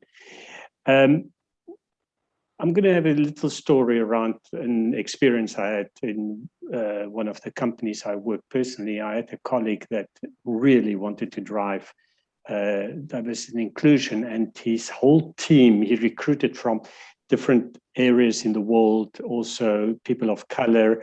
He also looked at the LGBTQ population to include some of them in his team. The problem was that he didn't learn how to integrate the differences or integrate the mindsets or the perspectives, the different perspectives of those people. And that whole team fell apart 2 years later. So why am I telling this story? On the freedom of decision, diversity brings hopefully freedom of decision and brings also different perspectives and bring also different ways of doing things. The art of managing diversity and inclusion from my perspective is how do you bring those differences together and consolidate it into a workable solution. And I think this is exactly what the governments, if you want to go back to the vaccination, this is what governments don't do. They don't get a complete picture of where are the population or the people standing, what are the different views, and what is a possible solution to satisfy everybody. They go on a line, and that line, unfortunately, then excludes certain people. So to come back, yes, at the moment, we are immensely killing diversity and inclusion, not just in the political and decision-making on vaccination, but I'm listening tonight for quite a while on home working or working from home as a diverse or diversity statement. I'm not so sure that is a diversity and inclusion statement, because people are sitting from home, running their own job from home, have sometimes very little interaction with anybody else. If this interaction, it's a business interaction, because people are so fed up of a Zoom call that they minimize it to just an interactive and operational interaction. So the whole time of sitting and reflecting and building a new concept or building a new idea from different perspectives and really try to build something new and inclusive is at the moment going out the window from my point of view. Okay. So I'm fairly skeptical on this situation. Yeah. Okay. So for me, these are different angles you just talked about, because what the government is doing at the moment is, in my opinion, let's call it interesting, because every other thing what I can tell you now, probably somebody is going to hunt me down. Yeah. So let's call it interesting. To give you an example on a very small scale and on a very big scale. On Monday, where the new regulations started to be in place here in Austria, I had a conversation with a coachee of mine. She a couple of years ago, she made an education in one of my companies, and she is a single mom. She has a very small company, a clothing company, and she's working part-time as a trainer as a fitness trainer, and she is also working part-time in a corporation. And the last fitness session on Monday, the whole crowd hunted her out of the room because they were yelling and screaming at her. She is killing them because she is not vaccinated, and she is a threat to their health, and this is awful, and she has to leave the building. And her employer sat together with her, and the words were pretty like the following: listen, young lady, you have to get vaccinated, or I will take care that you will never get a job again in this country. And she went home and had a conversation, and tears were running down her eyes because she wanted to make a different decision. Make a different decision. Yeah, and she has no other opportunity to make another decision than getting vaccinated anymore, right? And she's not the only one, although it's very sad to hear a mother of children and alone has to go through that. I mean, Swiss Air have made the same decision, the Lufthansa, that you have to be vaccinated to fly, and if you can't not vaccinated, you're not going to fly. And so you're not going to get a job, you're not going to get an income. So there's big companies that are going through the same decision making. And I do again believe that there are, and it's interesting, this word starting a couple of years ago on fake news. We are uncertain what this virus is or can be, or and then of course the whole trauma of so many people dying of the virus has affected our cognitive ability to be objective or to be clear in the decision making and in the problem solving. And I think that is exactly what we see. We saw it with in the politics, not just about the vaccination, but also in other crises, that people make certain decisions where you just shake your head and say, what the heck happened in that person's head? We saw it in over 4 years in America, where we couldn't understand a lot of what is happening in the politics there. It's Turkey, it is here in South Africa a couple of years ago, in Venezuela, in Philippines. So I think some of these traumas are really cutting out the logic in the people, or logical thinking. And this is what we see in the world, are decision-making and even movements that you don't understand the logic behind it. Yeah, but I mean, I really think that we are killing all the efforts from the last decades. Because, I mean, we tried to get more equality, and now there is a situation where where there is no equality anymore. And so what will be the next step in the workforce? Okay. We Exactly. have to talk about a diverse workforce who makes decision A and who makes decision B. I mean, this can't be the path of the future. Yeah, and thanks for that question. I think this is where I've got very different opinions about diversity and inclusion. All these programs on diversity and inclusion, and whether I've got equal gender balance or equal sexual orientation balance, or even religion or whatever in my workforce, and those statistics and measuring it. And I listen very careful to what Paria has said, that the first thing is to have the knowledge on the statistics and what's happening. I believe that's a facade. I don't believe that works. I don't believe that programs will work because, as she said, the human being is biased. And I believe the only thing that will work here is, and we're trying it so long, is mindfulness. Being aware of who you are, what's happening inside you, also working on your own self-image. not to project, not to defend, not to try and work with external things that has to show that I'm a diverse company or inclusive company. Those things doesn't hold. It is good German Luftballette. It's fantasies that are being created, and we fool ourselves to go on this level and to believe that we are creating some sustainable processes.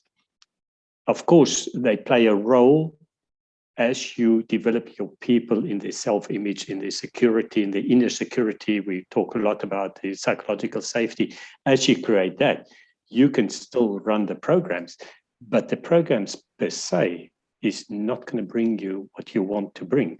The people, the person is going to bring you. And once a person feels secure inside him or herself, they can connect with other people and don't feel threatened. They can include other people's ideas and don't feel that I'm going to lose my status or my knowledge or whatever. And once you get on that level, then I believe we are addressing diversity and inclusion, and not with a program on how many differences we have pointed. Yeah. I really strongly believe in the humans, because I really believe that human beings want to have the possibility of freedom, want to have the possibility to decide on their own. Because another example I want to give you before we wrap up this conversation. My business partner in HotMe, Grant Cardone, is very successful in real estate and in a lot of other areas. But he has over 700 employees in just one company in the US. And a couple of weeks ago, Joe Biden, the president of the United States, tried to force employers with 100+ people that they are mandatory that their workforce is vaccinated. And Grant said no, because he is believing in the freedom of choice and decision making, and he put it out a social media post, and he has 20 million followers.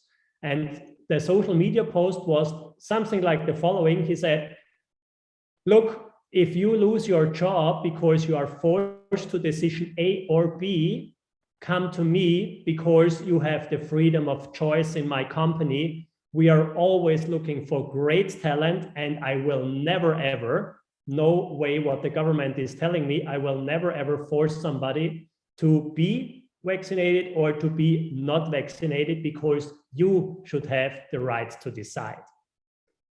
And you know what happened? Instant. He had thousands of applications. Instant. And I really believe that human beings want to have this freedom and want to decide how they want to live their life.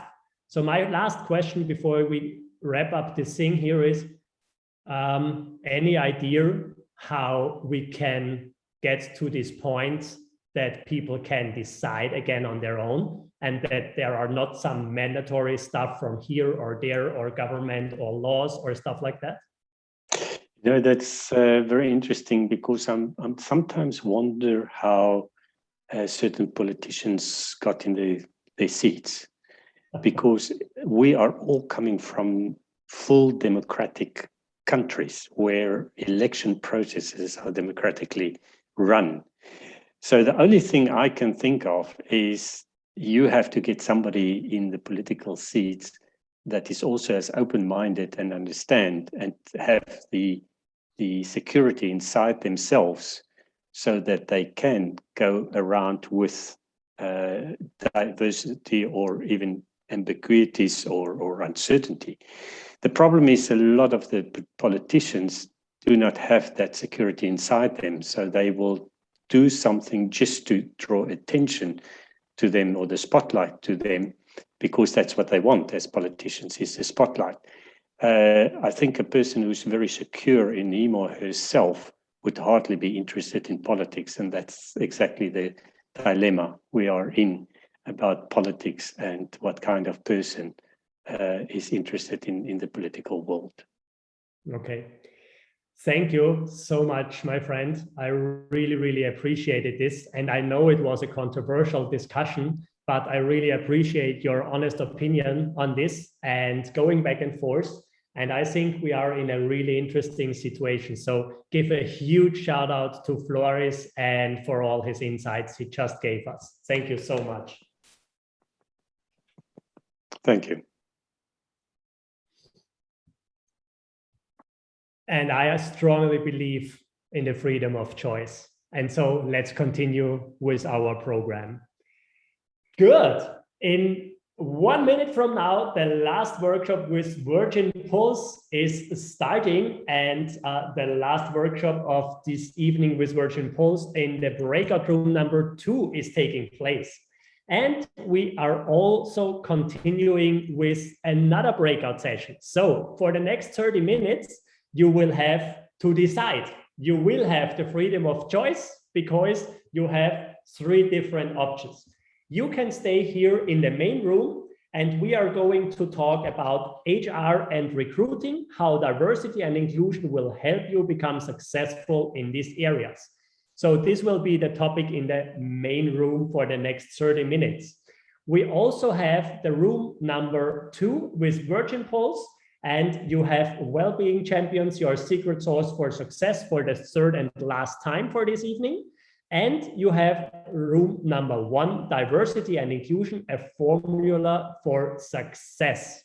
So everybody can decide where you want to go for the next 30 minutes. After this 30 minutes, we finish all the breakout sessions and everybody will get back here to our main session to wrap up this evening and to also start with our networking and Q&A session at 8:15. So one more time, you have 3 different options for the next minutes. So you can just stay where you are. You just wait 1 or 2 minutes and we are going to continue here in our main session with HR and recruiting, how diversity and inclusion will help you become successful in these areas. You can also go to room number 1, diversity and inclusion, a formula for success. And you can also go to room number 2, where you have Virgin Pulse, well-being champions, your secret sauce for success. So you find on the bottom of your screen, you find the option you can click the button where it is breakout sessions. And then you can decide if you want to jump into room number 1 or 2. So at the bottom of your screen, you can go to breakout sessions, just click the button, and then you can decide if you want to go to room number 1 or 2. If you stay here, if you do nothing, no problem. Here in the main session, we are going to continue in 1 minute from now with HR and recruiting, how diversity and inclusion will make you successful in these areas.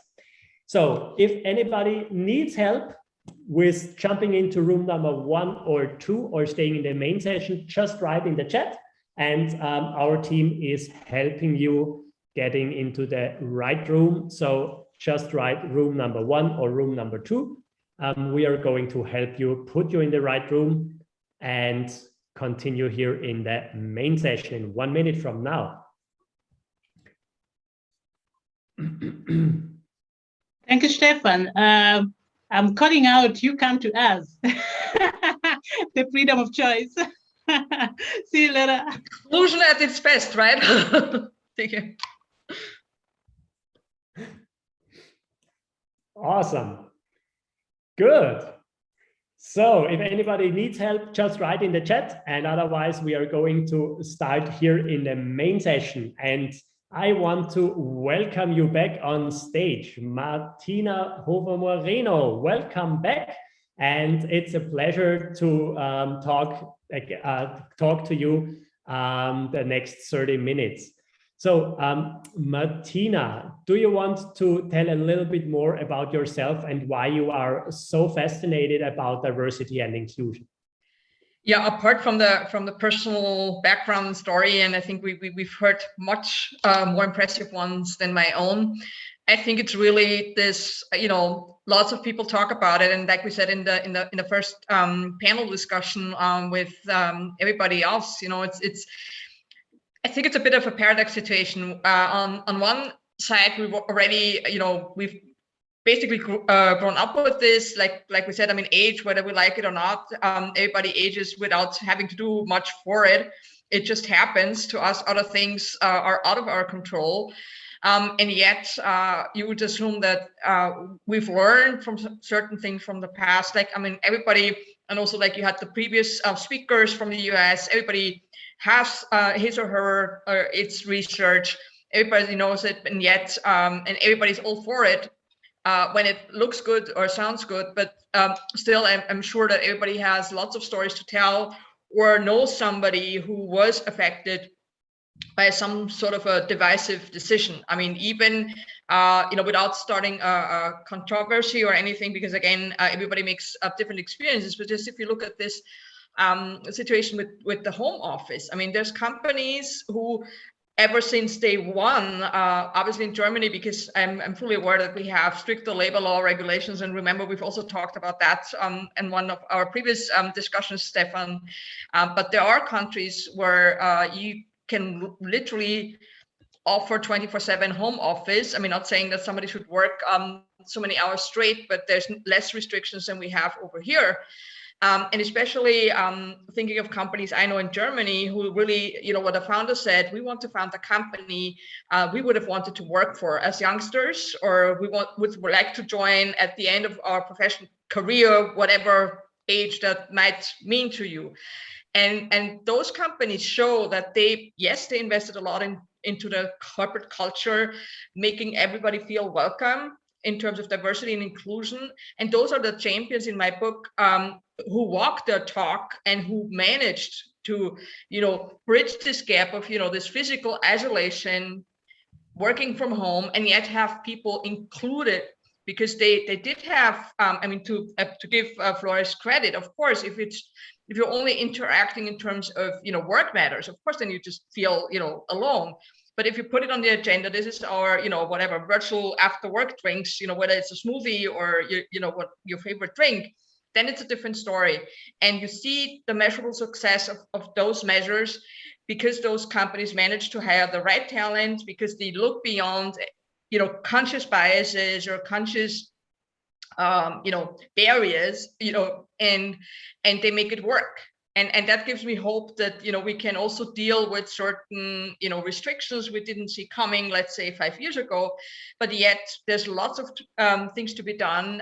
And I'm a true believer in, you know, making the first steps or smaller steps and keeping at it, then, you know, just taking a huge jump and then lose interest. And then, you know, you revisit your, you know, like I said in my introduction, I strongly believe in equality, but it is shocking that we would have still needed that project almost 20 years later.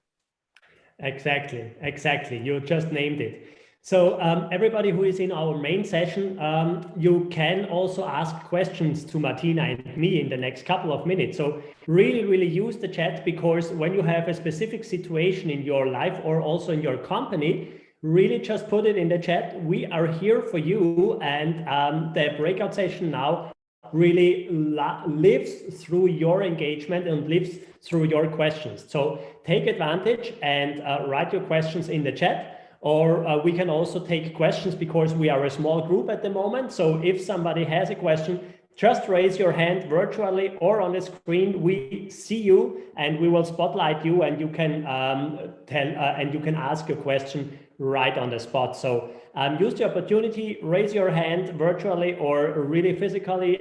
We see you on the screen, or use the chat. And otherwise we will continue in the meantime. So Martina, the thing, diversity and inclusion, we heard a lot about different scenarios, and we heard about a lot of different big corporate groups and big corporations. So a lot of companies just have a couple of employees, or are just at the starting point, or very small. And I heard a lot of people say, yeah, I know it's important, diversity and inclusion, but look, I'm so small. I cannot put a program into place, and this is nothing for me. And yes, I know it's important, but yeah, not for me, because I'm too small, or I'm too young, or I'm too old, or I'm too local, whatever reason. Yeah. So how do you see diversity and inclusion in for small companies, or really very small business owners, and how can they start, or how can they benefit from it?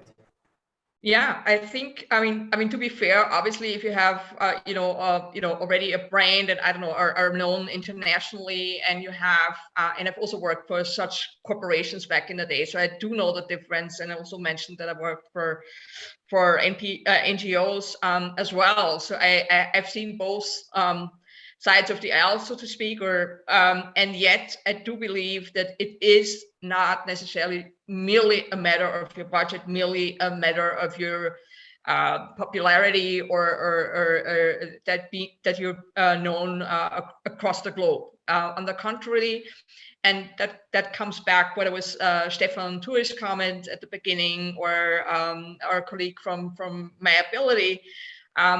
It depends more, I think, on being courageous, but also looking for the right people, because I mean, even large corporations have difficulties if they just set up the wrong job description, if they reach out to the wrong people. Whereas as a small company, I think I'm not saying that other companies are not aware of that, or that it's of no importance to other companies, but just to simplify it a bit. If let's say I only have the budget to hire 2 people, and then I'll probably be more conscious and more intentful to script the job description in a way, and maybe it is something for somebody who has a special ability. And if you focus on that, then I think you can outsmart. But it's probably not the best term to put it. But anyway, you can win versus other companies who are just not taking that into account.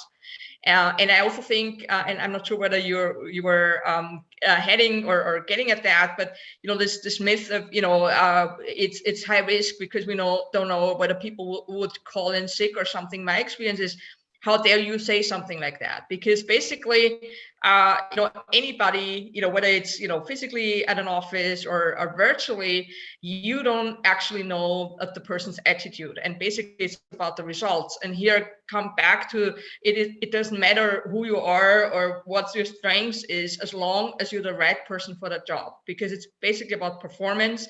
And the people I've worked with more or less visible impairments, they really, really tried the best they could. And they were better than other quote unquote people who had less challenges to deal with in the same field.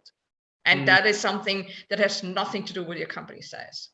Yeah, I totally agree. Really, I totally agree. So I think it is really important to leverage the advantages of diversity, or also inclusion, especially in these new working conditions where we have a lot more people in the home office and situations like this, or working remote. But I think we to really leverage the advantage, we need to set up systems or processes to build a remote culture. Because what we see in our projects the last 1.5 years is companies who were able to implement some kind of remote culture, like, for example, a Zoom lunch, or a Zoom coffee break, or an MS Teams just breakout session, to like you met your colleagues at the coffee table or at the coffee machine before you went to home office. Yeah, all these companies who established things like this had so much more success with their organization. They have so much more engagement and so much more productivity. And yes, Flores was talking about this in our former conversation, that he said, yeah, he is not sure if the home office is really diverse. yeah, if you leave your workforce at home and if you leave them alone, exactly, and you let them there and nobody is talking to them and nobody is here for them and nobody is doing conversations with them, I think this could be awful. Yeah. And that I think also shows the potential and the pitfalls, you know, this let's call it a scale. And like you said, and I'm not saying that Floyd was wrong. On the contrary, I think it just showed, you know, how careful we need to be, because I also experienced companies who, because they were working in the IT sector, you know, they were, I mean, physically in terms of, I don't know, the laptops, the phones, you name it, they were well equipped, without going into the political or the discussion you had before. But, you know, they had an easier task to literally move the people back home overnight to the home office during the first lockdown, at least over here in Austria, because they already, I mean, their people were used to taking back the equipment at home because they already had shared offices and you name it. However, that wasn't good enough, because some team managers or leadership members, they just forgot about this, you know, social component without being physically sitting next to each other. And that, I think, also shows that, you know, even though we think we are well advanced, you know, there's still plenty of things that can go wrong.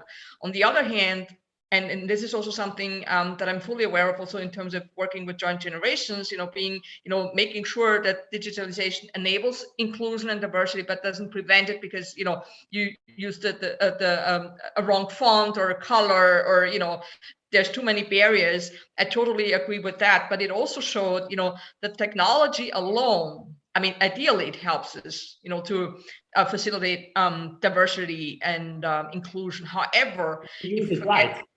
Just if we use it right. Yeah, exactly. So ideally, that's what I said, and that's why you have to figure out, you know, what kind of leadership, what culture of trust does it take? Because you cannot buy trust, even though with the best, you know, technology.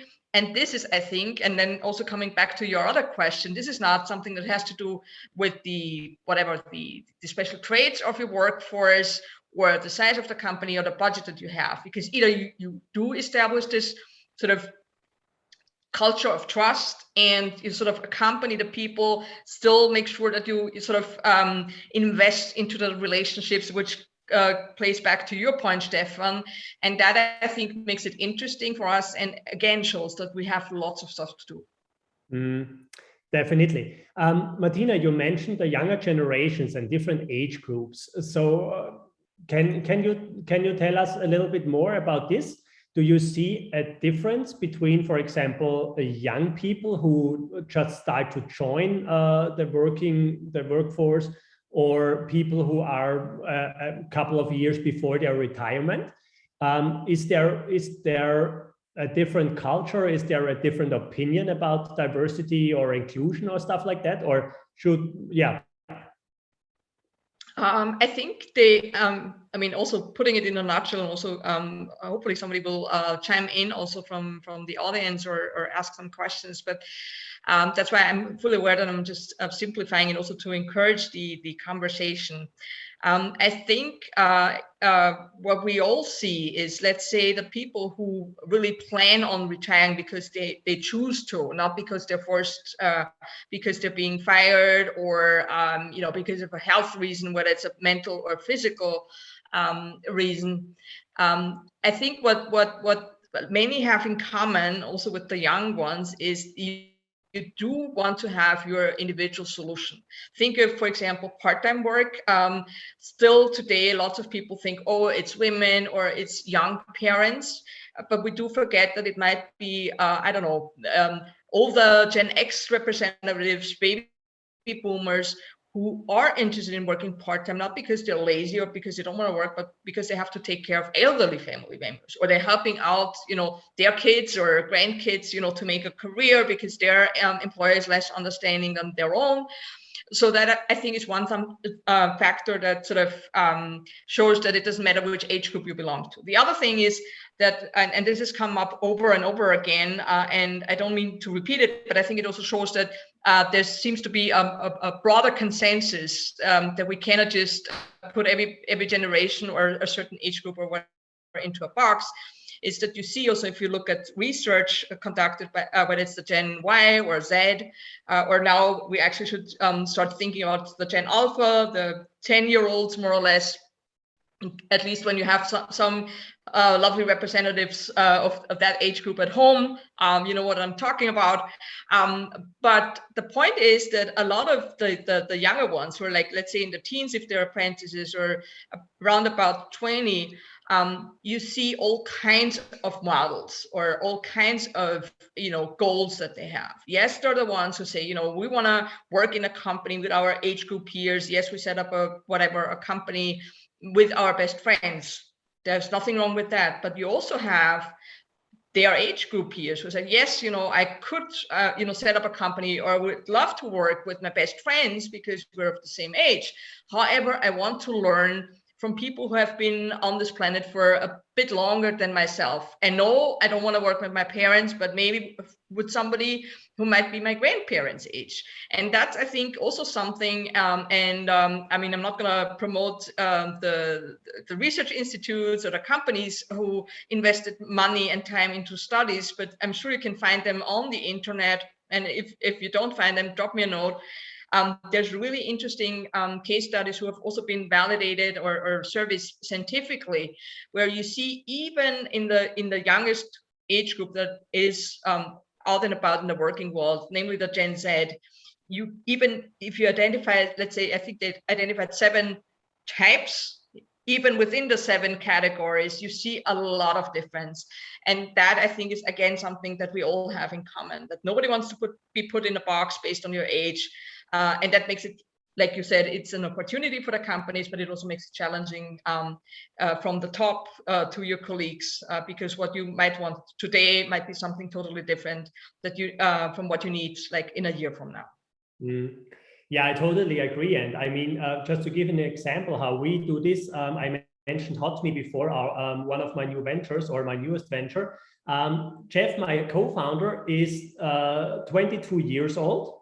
And Grant Cardone is 64 years old. There you go. So we are 4 founders, and we have an age range from 22 till 64.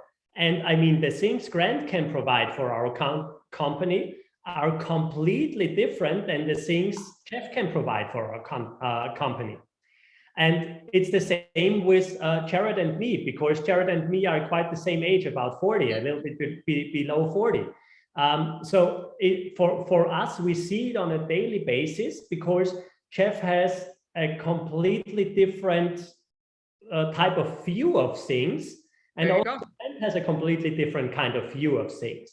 And for us, I mean, we are living this, but for us, it is a huge benefit, because we get different inputs, we get different opinions, we get different points of view.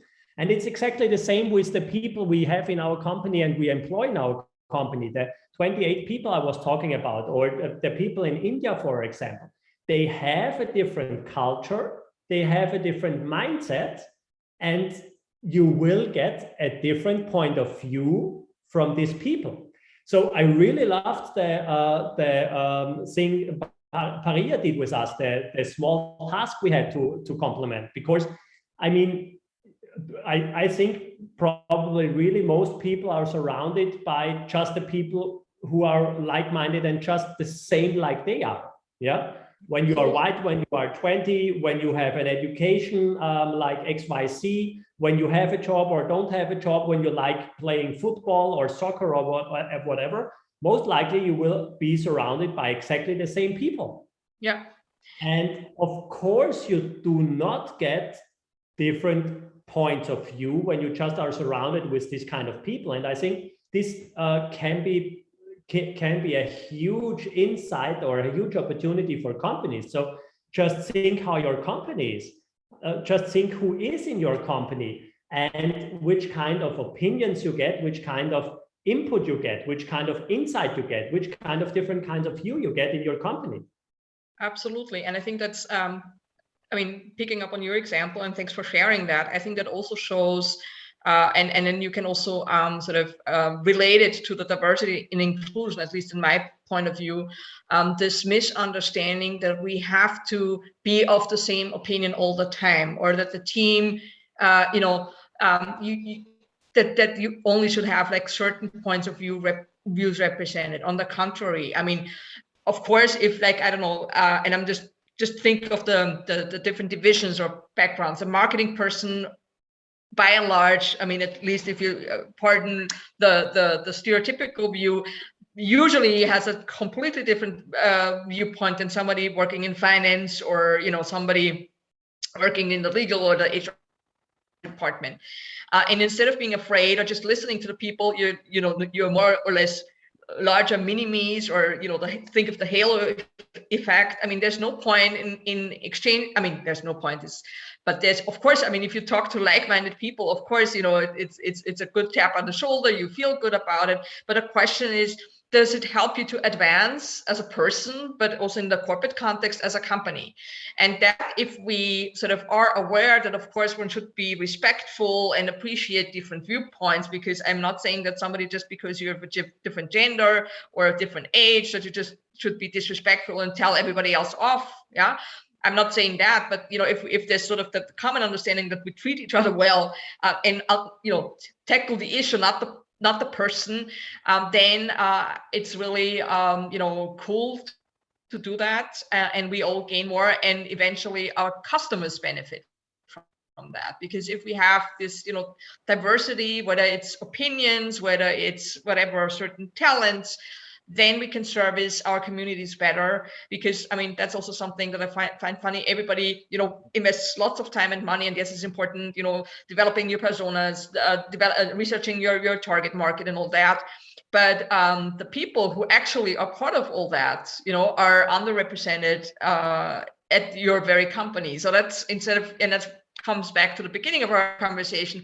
Why not give people who you're wanting, or is your favorite ideal customer, why not hire them so that you have another insight than talking about them, and because of course you can also still be successful, no doubt about it, but the quality might make a difference. 100%. So Gabor is writing in the chat, people are impossible to be boxed. Communication is a key. Contribution is a measure, and that drives involvement too. Feedback is really important for staying on the same track for the teams and the associates. Definitely. So thank you for sharing this, Gabor, because these are really, really impactful tools you just mentioned here. Yeah. Gabor, do you have employees? And if so, just write the number of employees in the chat, because it would be really, really interesting. And so what I see here, what Gabor is telling us here, yes, there are tools you can use, and also Paria talked about this. Just start to gain insights from your own workforce, from your own employees, or probably just sit together with your friends in the next days and just try to get insights from your friends and from your social network. And I think you will get so many new opinions, so many new informations, all of you can benefit from. Yeah. And I think, and thanks, Gabor, I would skip the word just. You are for, and it's great that you are so aware of all those valuable measurements and aspects that factor in. And that just shows, it's keep using it, and like you said, I mean, just be alert, listen to others, and put this into practice.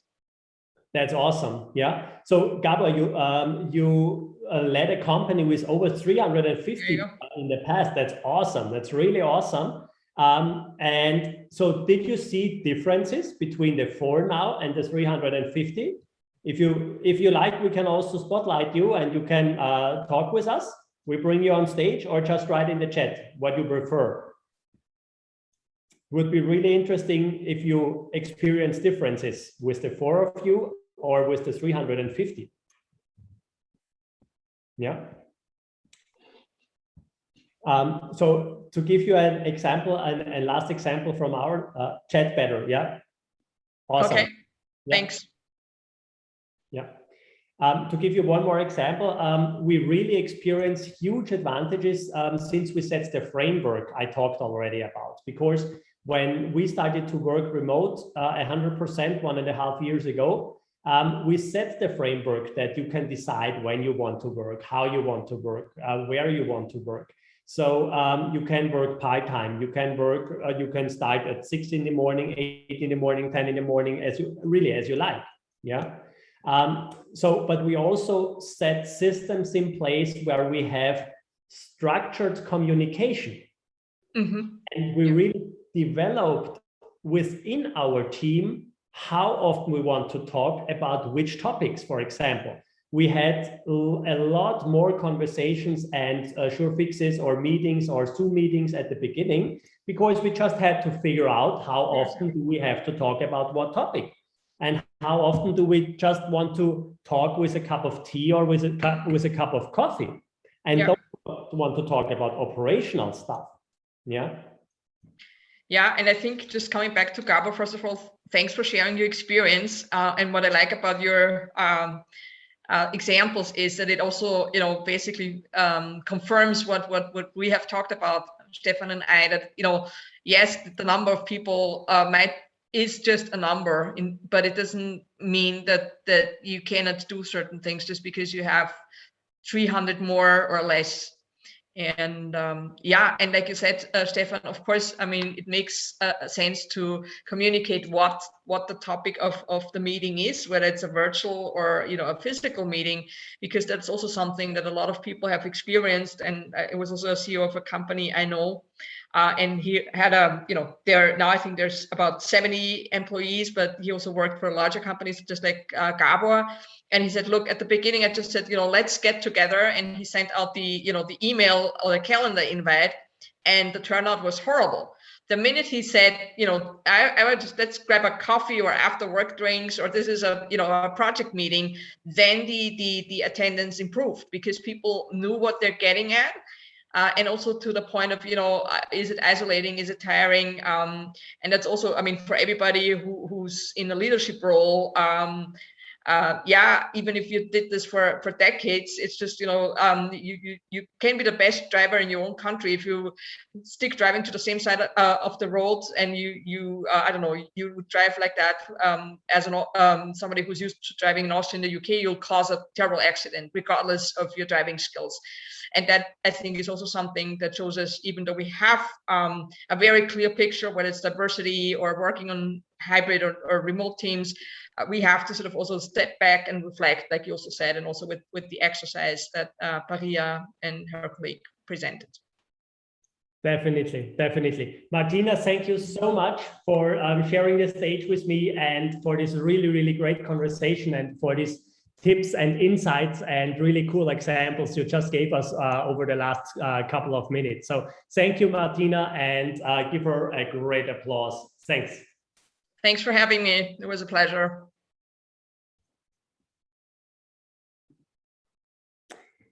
That's great. So welcome back, everybody, from the breakout sessions. I hope you had a really, really cool time in the breakout rooms and in the workshops. And welcome back to all of you. So we are heading for the last 50 minutes of our official program. And before we start into the last session of the day, I want to give a huge shout out to a very, very special person, because actually she is the mastermind behind this event. And she is the brain, and everything you saw the last 4 hours and you saw the last 4 months about the HR Future Night was somehow in her head before, and then she brought it to life, and she is the project leader for the HR Future Night. So give a huge shout out to my great friend, Melissa Aganovic, and give her a great applause. So thank you for setting this up. You are awesome.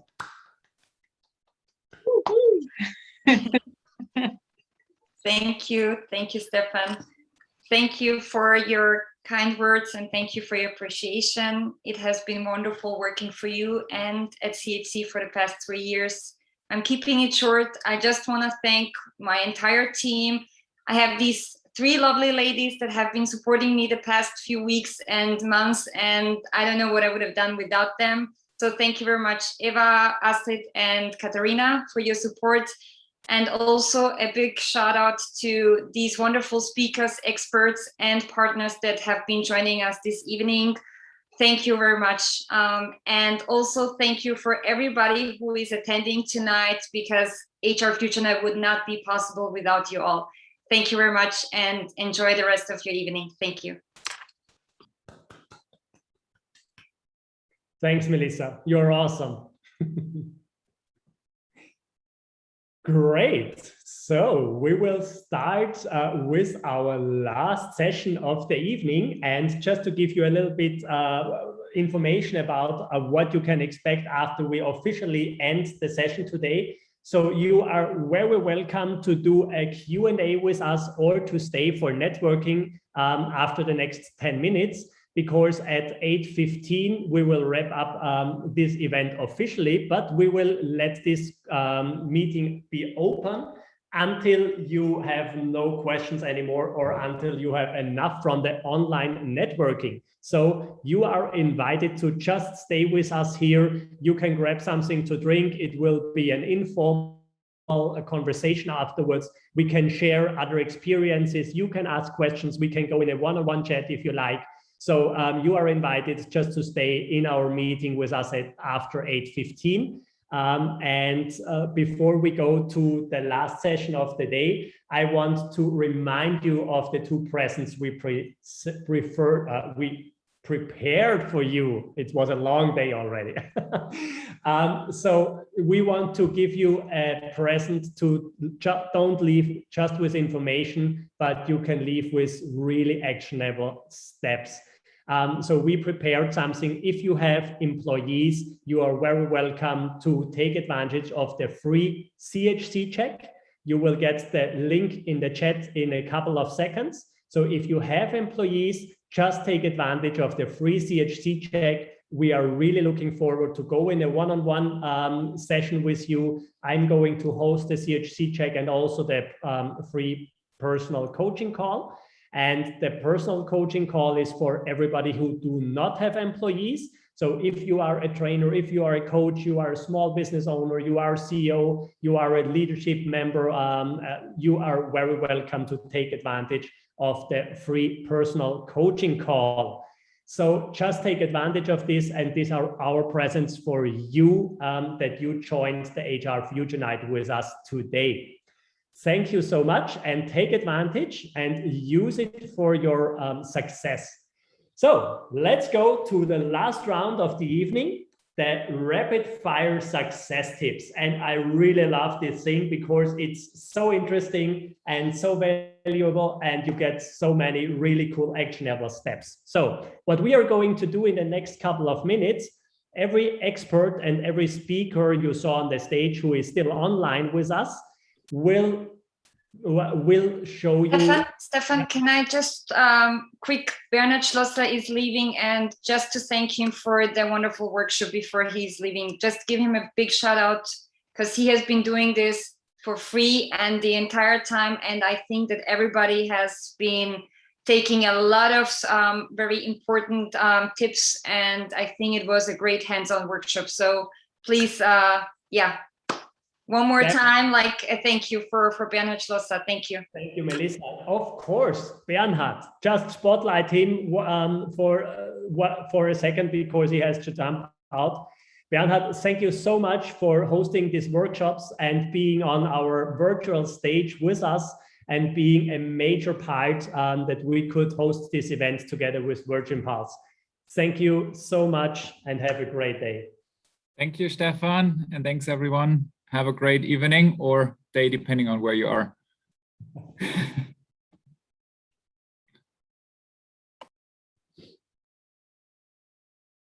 Great. Thank you, Melissa. Good. So what we are going to do for the last minutes here is we want to have 3 immediately implementable action steps from our experts, how you can start with diversity and inclusion right tomorrow in the morning. So 3 tips, very short, rapid fire success tips, how you can start implementing diversity and inclusion, or how you can improve diversity and inclusion tomorrow in the morning. So let us see who is online and where we are going to start. Susan, I see you on my screen, so let's spotlight you first. Susan Omondi, your 3 rapid fire success tips.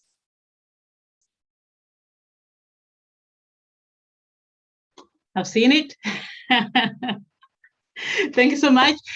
For me, it starts with you. We also discussed it before. How do you call it? Self-responsibility, you know, accepting yourself, your uniqueness like you are, then you have the power to choose how you react to something, how you choose your response. And the last one is dialogue, even if it's asking, why is this happening? Dialogue, seek dialogue. Thank you so much. That's so cool. Thank you, Susan. Thank you so much. Great. Who is next on my screen here? Martina, go ahead. Not only commit to DNY, walk your talk beyond the special events and ribbons and hashtags. Get everybody involved and make sure that you focus on people's different abilities and mix them well. That's awesome. Thank you so much, Martina. Thank you. Welcome. Good. Who is next on my screen here? Stefan Turi. Stefan Turi, if you can hear us, please put on the camera and share your rapid fire success tips with us. Otherwise, we are going to jump to Floris. Floris, it's your part. Yeah, I believe also it starts with the person, him or herself, and develop more courage, develop an understanding of your biasness, and develop more curiosity. Those are the 3 tips where you can start yourself for inclusion, a better inclusion and diversity. That's really great. Thank you so much, Floris, for sharing your 3 tips. So let me see one more chance. Stefan Turi, probably you can hear us. Otherwise, we are continuing. So you are invited to join our Q&A session and to join our networking. We will be here as long as you want to have us. So my rapid fire success tips for tomorrow morning or even probably this evening. I believe in the freedom of choice. So they do some kind of framework that your surroundings and your employees have the possibility to make a decision for their own. This is the first one. The second one, remember my definition of diversity and inclusion. My definition is all people should be treated equal. And the third thing is stop judging people, how they act, how they look, how they talk, or where they come from. Stop judging them and be open-minded, and especially be open-hearted. And I think these are one of the best things you can start, and it costs nothing, and you can really make a difference. So, Stefan Turi, I see you on the screen right now. So for the rapid fire success tips, please share your 3 rapid fire success tips, how you can start to implement diversity and inclusion right tomorrow in the morning. The 3 best things is to take exactly look behind the things and don't stay at the first sight. The second is think about things, because everything that seems to be like a certain way may be different if time goes by and you get other aspects and perspectives. And the third thing is to remember every day the individuality and the special situation of every human being might be on the first sight not in this deepness like it seems to be.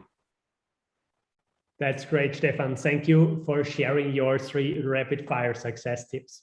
And with these words, we want to go and want to bring the HR Future Night 2021 to an end. And we are going to wrap up this now. And I want to thank one more time to all our partners. I want to say a huge thank you to our partners, Virgin Pulse, Management Institution, Dr. A. Kitzmann, and also HotMe. And I also want to give a huge shout out to Nicole Thurn with her blog scene New Work Stories. And she was our media partner. So thank you, and give a huge shout out to all our partners and sponsors for this event.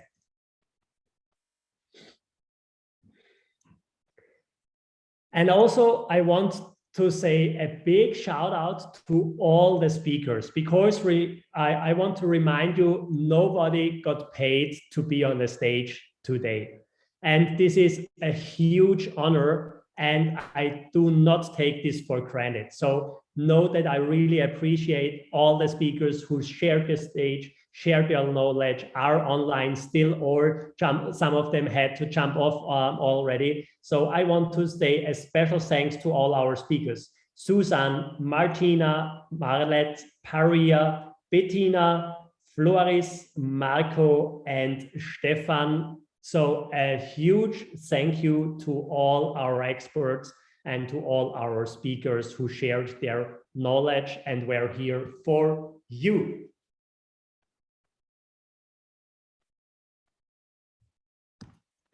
And do you know who is the most important person on the call this evening? It's you. You, the person who attended.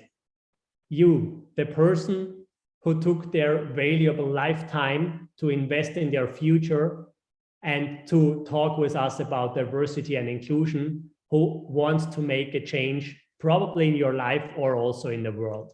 So thank you to investing the time and being on the HR Future Night 2021. It was an honor, and I really appreciate your time.